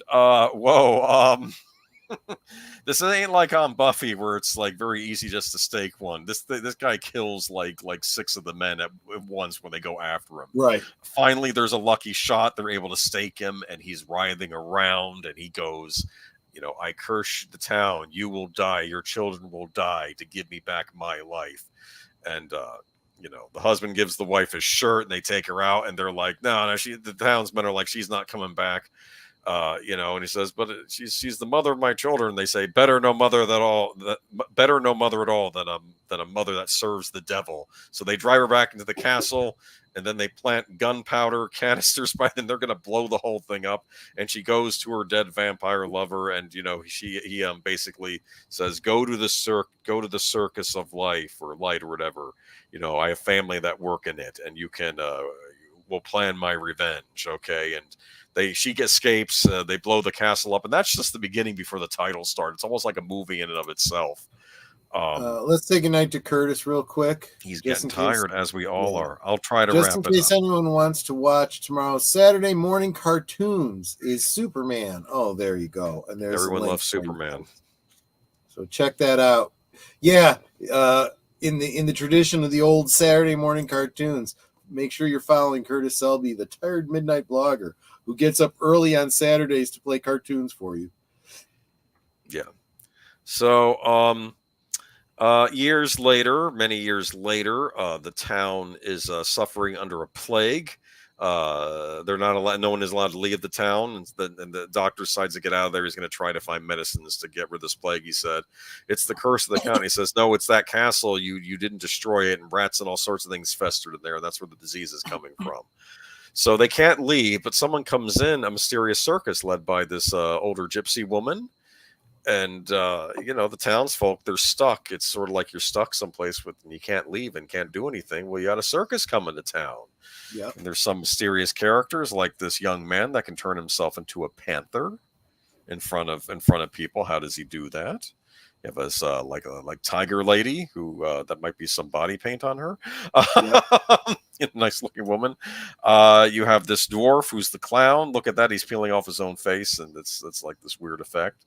So everyone's enamored by the circus, but we get a very much something wicked this way comes vibe from this whole thing. Well, and this is another one that's got a lot of tropes in it that are stolen by Dungeons and Dragons. So anyone who's ever seen or played the adventure Ravenloft, it draws a lot of that. The mists that come up around Barovia, and you can't leave, and they're all oppressed by the vampire in the castle, but the gypsies can come in and out; they're allowed. Interesting. And there is a circus They took it from this movie, probably. Yeah, absolutely. That travels around Barovia and stuff. Yeah. I feel this movie there's the clown laughing at someone getting mauled by one of the leopard vampires. That's rude. And there's a guy with a glowing cross. I think that's a little silly. I don't know why. I get holding the cross up, and now they're glowing. It's like it's a lightsaber. But anyway. The only way that would make sense is if you were literally seeing it first person through the eyes of the vampire. Maybe that would make sense, and that would be something you might do for the remake. Doesn't seem like that's what they're pulling off here. I feel that this movie could be remade. Typically, most horror movies, I wouldn't remake them because I love the originals too much, but I feel this one had potential to be grander than it was. I still think it's fine. You should watch it. It would still have to be an R-rated film. You have to have lots of things, maybe a little bit of gore. Don't go overboard. That reminds me of Captain Kronos. There is just not enough nudity in our R-rated horror films anymore. There is in this one. You got to see a bit of that young schoolmaster's wife. Space Fraggle says, guilty. I loved role-playing games. Hand me a 20-sided die. I was starting a series, and I really, really want to get back to it on my channel. I was starting to do a narrative telling the story of an adventure path that lasted almost 10 years. Wow. in my group. We actually saw it from beginning to end. It was the Savage Tide adventure path. It started out as 3rd edition Dungeons and Dragons. Then we updated it to 3.5, and then when they started 4th edition, we moved over to Pathfinder. Cool. So the first couple installments are on my channel if you want to take a look at it. Hopefully I can get back to it someday. All right. Anyway, I feel though this movie could be remade on a grander scale. We actually have real life circuses in real life. Like this is I think Cirque Italia, which is an Italian circus. Sometimes they tour the states. I've been meaning to see them sometime. They have a I think it's a circus paranormal they call it, and you get some lovely vampire, I guess vampire women in here doing acrobatics. I'm sold. Look at some of this creepy stuff in here, Mummy. huh? Yeah, It's considered an R-rated circus. Only adults and teens accompanied by parents are allowed in. So I don't know what goes on here. Oh, it's probably nothing that bad. It's just, the sexy ladies, I guess. I don't know. Doing the dancing, I guess. But I mean, you're probably seeing the worst of it here. And the creepy Annabelle doll and a guy in an heavily electric implied chair. violence. Yeah, exactly. Yeah. But I'm thinking you could be inspired by this. Heck, maybe even ask some of the circus people for help in doing your production. Maybe even get some star in the film and make it like a big tent instead of like this local circus in a movie. Have like a big tent thing, like a big magical event that the crowdspeople go to. And I'm sorry, Michelle Gomez. Oh my gosh, needs to be cast as the gypsy lady in this movie. I agree. That would be brilliant. Who turns out to be the young wife. She's in disguise when she comes back years later. She's working with the vampires because she hates the townsfolk as much as anybody. It's weird how like humans are working with the vampires in this for ill will too. But there's always the kind that'll sell out their own people for a little power. Michelle Gomez is a modern actress I felt should have done more horror type roles. I think she would have been excellent in horror films. But it's a compliment anyway. My next pick is where I get yelled at by people. Wow. Yeah. Do you want a live action remake? Yep. You're going to yell at me. Really? You're going to yell at me. I'm going to get yelled at for this one. No, I'm not. I can kind of see it, to be honest with you. You'd have to have the right director. I'm thinking maybe an Edgar Wright or an Edgar Wright type of director. It still has to be a musical. This is Rock and Roll. Let's explain to you a little bit what this movie is. This was an animated movie, I believe, done by Delphine Animation. If I'm not mistaken, I may be wrong. It was a Canadian animation company. Were they the same ones that did the Boba Fett cartoon from the holiday special? I don't know, but it wouldn't surprise me because there's sort of a similar look. Yeah. But this is another one of these rock and roll animated movies, sort of like Heavy Metal, but this was more PG rated. Still has a bit of an edge to it, though. They were all furries, as I recall. Well, that's what I would get rid of in the remake. They don't even look that much like animals. They look a little bit like animals. They're supposed to be evolved rats and cats. That's what they're supposed to be in this movie, but they still look. Well, then I guess I have to say the Secret of Nim sequel is weird. yeah, I'm sure that joke's been made. But this is like a post-apocalyptic when all the bombs went off, and then like these new creatures came out of it. They're still living in areas like New York City. I would just have it be like a post-apocalypse with actual people. I don't mind it in this movie. I just think in live action it'd be weird to put like whiskers and stuff on these faces. I would just lead them as people surviving this thing. Although, if you've seen Tank Girl, I can kind of see them doing it, like the Rippers. Yeah. The lead character in this, Angel, I believe that she was based on Debbie Harry. That's what I had heard too. Yeah, I forget what his character's name is, but he was supposed to be based on James Dean. In fact, there's oddly enough another cut of this movie which had a different voice actor that was supposed to make him sound more like James Dean, but they went a different route. I don't mind the original voice actor, but I get what they were trying. They replaced with voice actor, but I got what they were trying to go for with the original, because it's supposed to be James Dean versus basically Mick Jagger. Mick Jagger, you can tell. Mick Jagger's the villain. That's just freaking obvious. I don't know who did Mock. This is the villain named Mock. I don't know who did his voice. I know the songs that are sung by him are done by Iggy Pop in the movie. He has a great musical number where he's just talking about how great he is. My name is Mock. Thanks a lot. And it's a wonderful music sequence. I could see this done live action as long as it's unfanciful enough. I could see this being like kind of a rock. Do I want to say rock opera? Would that be the right term? Kinda. No, yeah, kinda. The plot of this movie is Mock is trying to summon a demon from another dimension. That's his computer, and the computer says in this nice female voice, she's saying, "Well, you need someone who can sing the perfect note to summon this demon, because you have all the formula right, but you need someone to sing the perfect note." So it's weird how he's using technology to summon this demon from another dimension, and it turns out Angel has the perfect voice. Wow. So, they have to go rescue her. I think she's enamored by Mock because he's, of course, the big hit rock and roll artist who's going to sign her to a deal, that sort of thing. But yeah, it's a great animated movie. I'm already planning the casting, and this is where I get yelled at. Charles Dance as Mock. Well, I was actually thinking, I'll tell you who I thought of it, but yeah, maybe. But I'm thinking, are there any rock stars alive now? This is where I was almost thinking Taylor Momsen of the Pretty Reckless band, because she has acted also. She was on Gossip Girl. She was on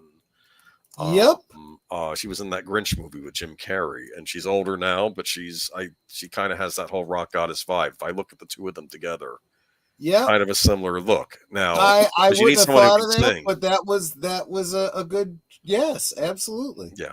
Steven Tyler, that's not a bad idea. I didn't think of him. I was actually thinking for Mock, you could actually get Mick Jagger's not dead yet, and he's supposed to be older in this movie anyway. This is like an aging rock star. I was thinking Steven Tyler would also be a good choice. Steven Tyler could work too. You're right. I also thought Iggy Pop is still alive too. He is still alive doing concerts. Oh my goodness. So you could use either of them, but yeah. Agent, where you're gonna have to look for new talent for the rock stars. Something, whatever. Well, that's another good point, though. I am always open to the possibility that you need an actress that can sing and also that can sing like she's in a rock band, which Taylor Momsen is. I agree with you 100%, but it doesn't necessarily have to be someone who's currently known. There's a lot of talent out there that can do it. Unknown, but I'm saying it's an idea. I will always keep bringing up, I can't imagine a better Superman than Chris Reeve, and who was Chris Reeve before Superman?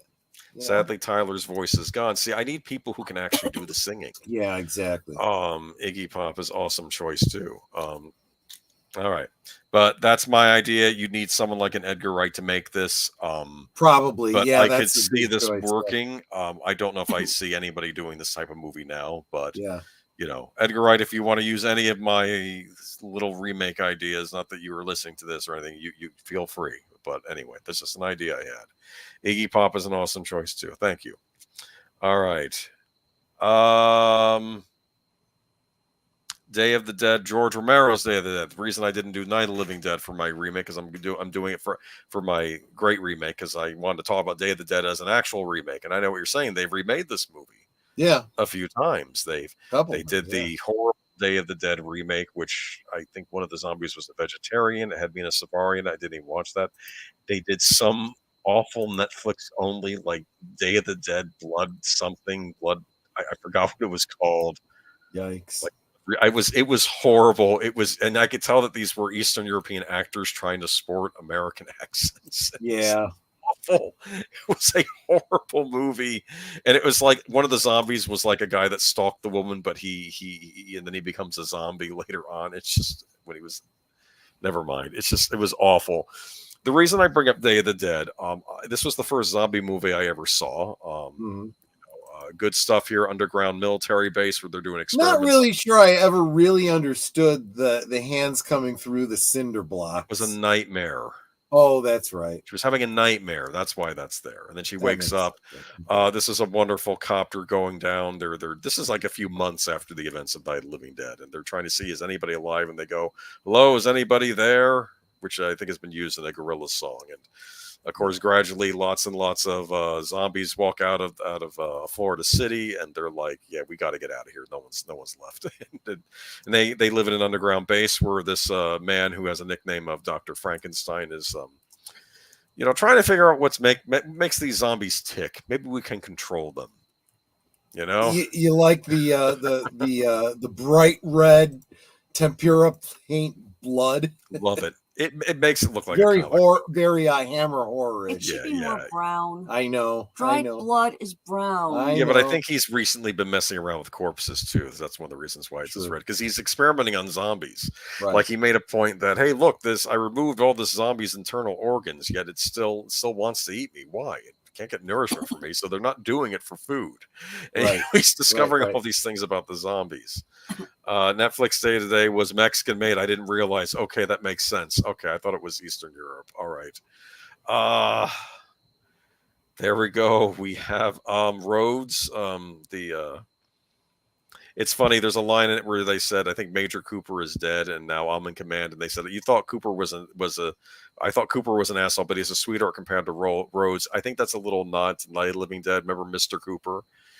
To the audience, yeah, you thought Mr. Cooper was bad in Night of the Living Dead. You have nothing compared to this guy. Yeah. And yet Rhodes has the best lines in this movie, like, "You just gave me a mouthful of Greek salad," or "I'm ready to get the next train out of here. You know, the next plane out of here. If you want a good remake of Dawn of the Dead, just watch the Halloween special from 16 Dude, Night of the Living Dead." Okay, well, I'll look for it. I've not seen it. Available to watch on YouTube. The reason I pick Day of the Dead, this is Bub the zombie, who is actually fairly tame. He'll listen to music. He still wants to eat his human flesh, but if you just give it to him in a pail, he'll leave you alone. Right? I mean, and we get a clown zombie in this. Isn't that great?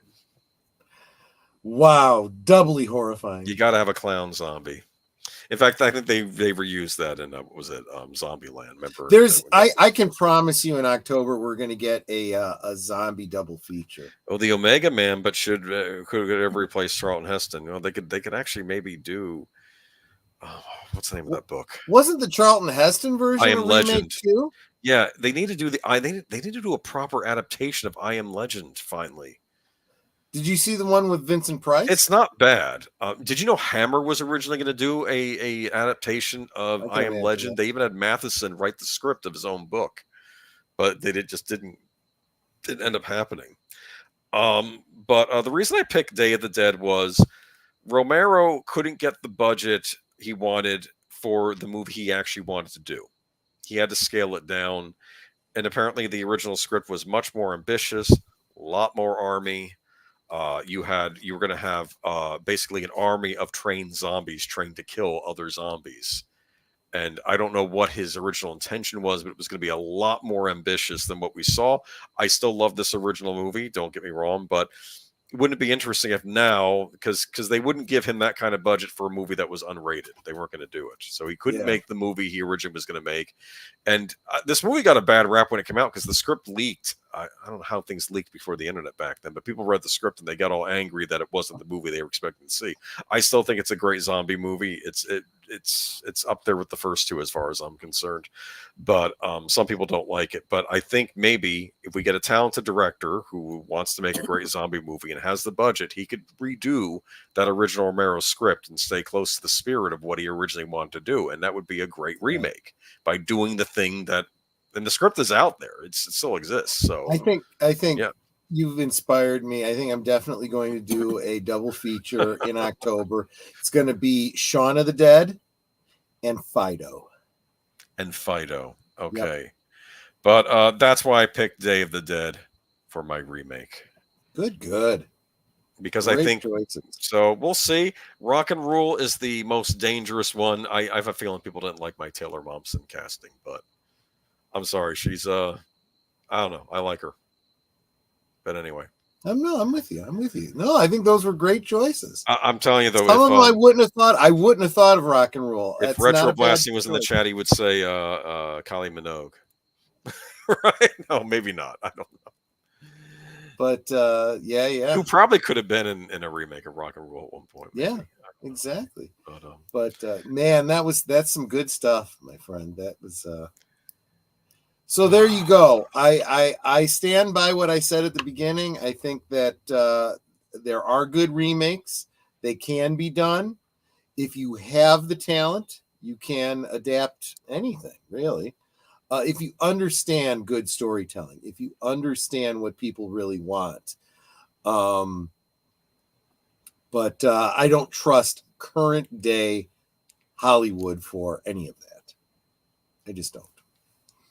Aged Boomer, the only way I could have, it could have,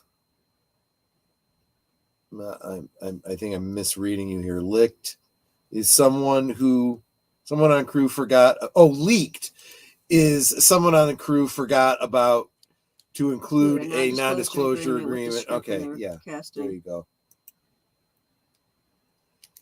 Man, I'm so glad that you enjoyed yourself, Fraggle. That's really awesome.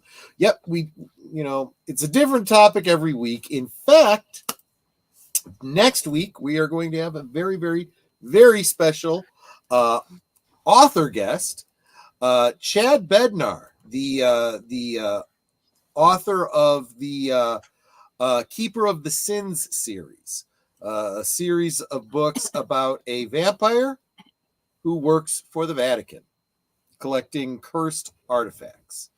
He will be joining us next week to talk about that series, to talk about the launch of his new webpage, and to let us know when the next book is coming out and what other books he's going to be working on.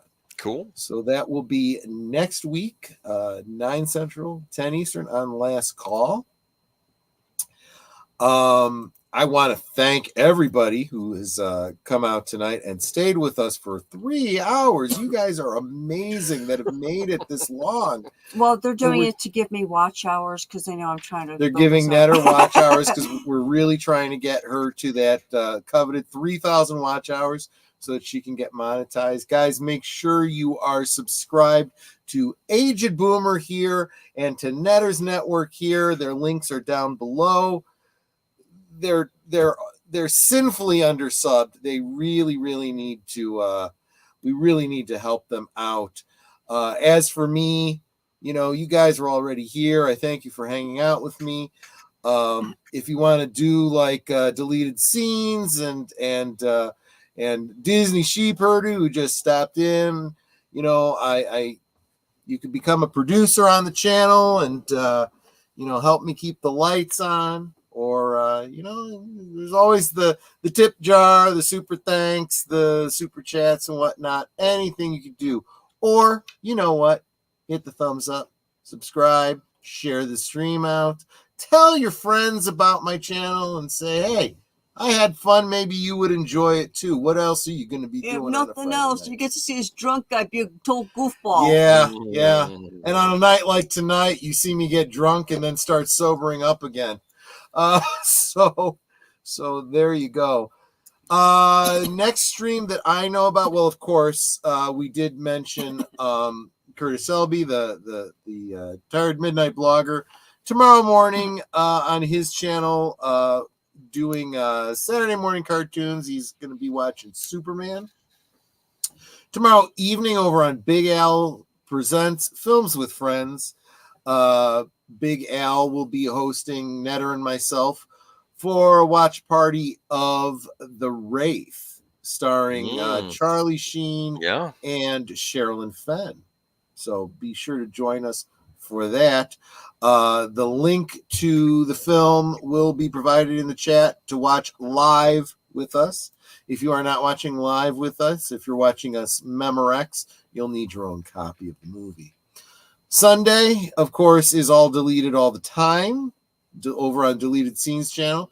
He and Outlaw Bill doing The Good, the Bad, and the Ugly for Western Cinema Presents at 3 Central, 4 Eastern. Unscripted over on his channel at 7 Central, 8 Eastern, which leads directly into Geeky Geezers on this guy's channel. What are we going to be talking about at 8 Central, 9 Eastern over on your channel on Sunday? We're talking about how much Concord costs. Holy crap. That's just...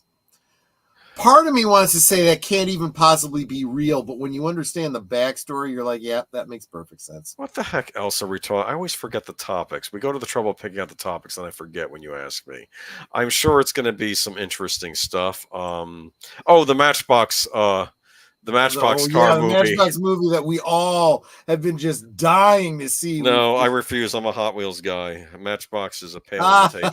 That's funny. That's funny. It's the same thing. Anyway, okay. We already talked about the Terminator and what. We're not going to do that Sunday. We're not even going to talk about that. We talked about it here. Yeah. But what we might talk about is how superhero franchise movies lost their way.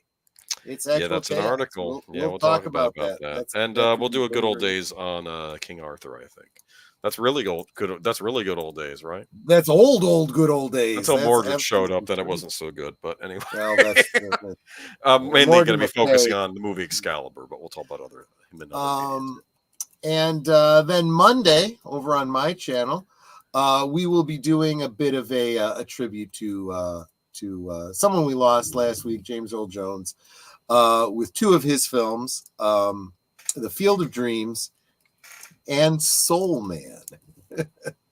That'll be on my channel starting at 8 Central, 9 Eastern for Last Call's Monday Night at the Movies. Again, there will be a link to watch the movies live with us.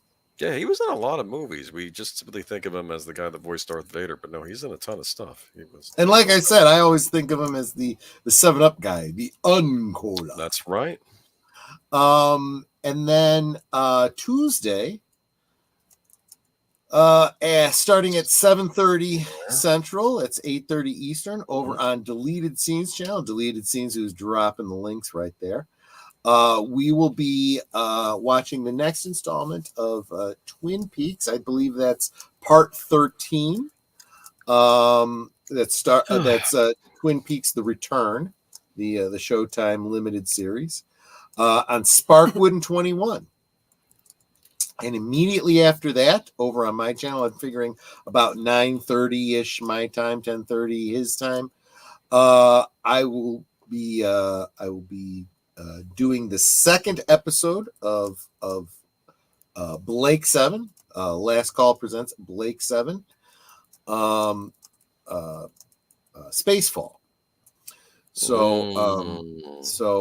Yep, the crew of the Liberate. Well, they're not the crew of the Liberate. They discover the prison ship discovers an alien spacecraft. Yep. And it's got defense mechanisms, so they send a couple of prisoners in, and the prisoners take over the ship, and very, very exciting stuff. So that will be again at 9:30 Central, 10:30 Eastern on my channel right back here again. Come around to Thursday on Netter's Network here at 9 Central, 10 Eastern.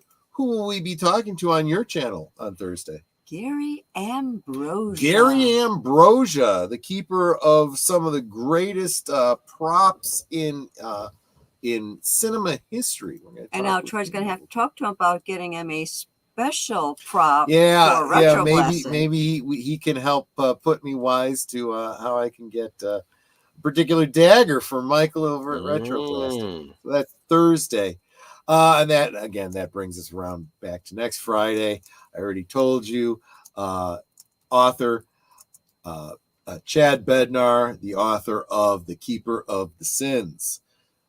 Marcus, the vampire who begrudgingly works for the Vatican. So there you go. And that's all I got. Boomer, any last thoughts, any last words, anything that I missed that you want to cover? I think we covered everything until we get to next Friday. But coming up on October soon too, so we got to do some thinking about what we're going to do in October. But we're not there yet. Netter? All right. Last thoughts, last words, last everything? Last call. I have Liquid Death. Well, of course, y'all know what I always say. Please make sure you are subbed to every member of the panel, as well as every member of the chat. And we had some new faces in tonight, so check out their channels as well. Of the 6 subs that I lost, I gained 2 people back, so I'm guessing somebody checked and went, "Oops, YouTube unsubbed me." So please double check that you're still sub, because YouTube does that sort of thing. And it's kind of annoying. And it also does hurt our channels when we do lose subs like that. I think it's just YouTube's cringy way of trying to hold us back, because they don't really want us to be successful, despite saying, oh, sure, we want you to succeed. And of course, with that said, we can talk amongst ourselves, and that's all well, good and fun. But it's so much more fun when you guys are joining us in the chat and you're dropping your comments, questions, trivia, being goofy, whatever it may be. And it doesn't feel like we're separated by miles or continents in some cases. It feels like we're all hanging out in the same room, enjoying each other's company and having a great time. And you guys, you know you're not just our friends. You are our family. We love you guys, and we appreciate you so very much. You can be anywhere right now, and you're here. And that's so encouraging. I love seeing you guys in each of our streams. And if I don't see you, I'm sad, because I'm missing a part of my family. So I do want to thank y'all for being here. Thank you just for encouraging us so much. And you encourage us in so many different ways. It's the comments in each of our streams. It's the thumbs up. It's for those who are monetized, getting the super chats, super stickers, the memberships. I mean, it all means so much. To some people, it may not mean much, like as you, the person doing it, you may think, this is nothing. But to us, it's immeasurable. So thank you so very much for all that. I also wanted to mention that I am still looking for a guest for Thursday Things. I believe I am October. Let me just take a quick look here. I'm looking for October 10th and beyond. So if you're interested, drop me a DM on Twitter. Let me know what Thursday you are looking for. Or you can email me, but just make sure you put Thursday Things in the subject line, or I'll think it's spam and delete it.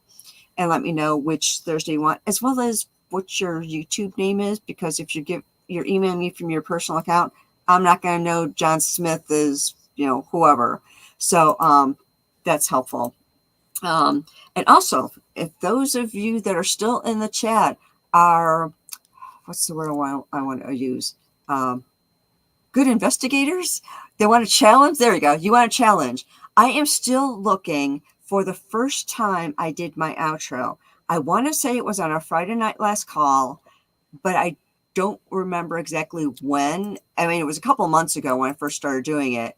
And if anyone can find that and tell me which one it was, I'm actually going to give you a prize. I'm not going to reveal what the prize is yet, but I will give you a prize, because I'm trying to figure out how much it differed from the first time I said it until now, because I know I've changed a little bit over time.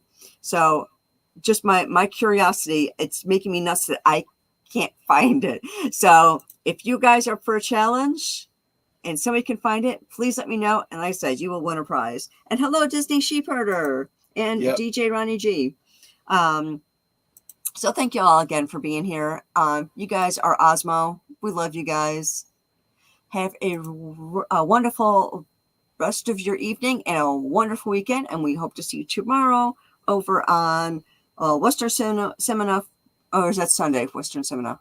Sunday's Western Cinema. So Saturday, whatever Deleted's doing, because he does so much. And then Big Al Presents on his channel for our movie night. Looking forward to seeing you all there. And until then, good night and God bless. Thanks, everybody. Super appreciate it. Yeah, we went long, and I appreciate you guys sticking around with us. I enjoyed it. I felt it was worth it. The fact that you're still here implies to me that you thought it was worth it too. So good night, take care, and we'll see you on the next one. Good night, ladies. Good night, sir. Hit it, sweetheart.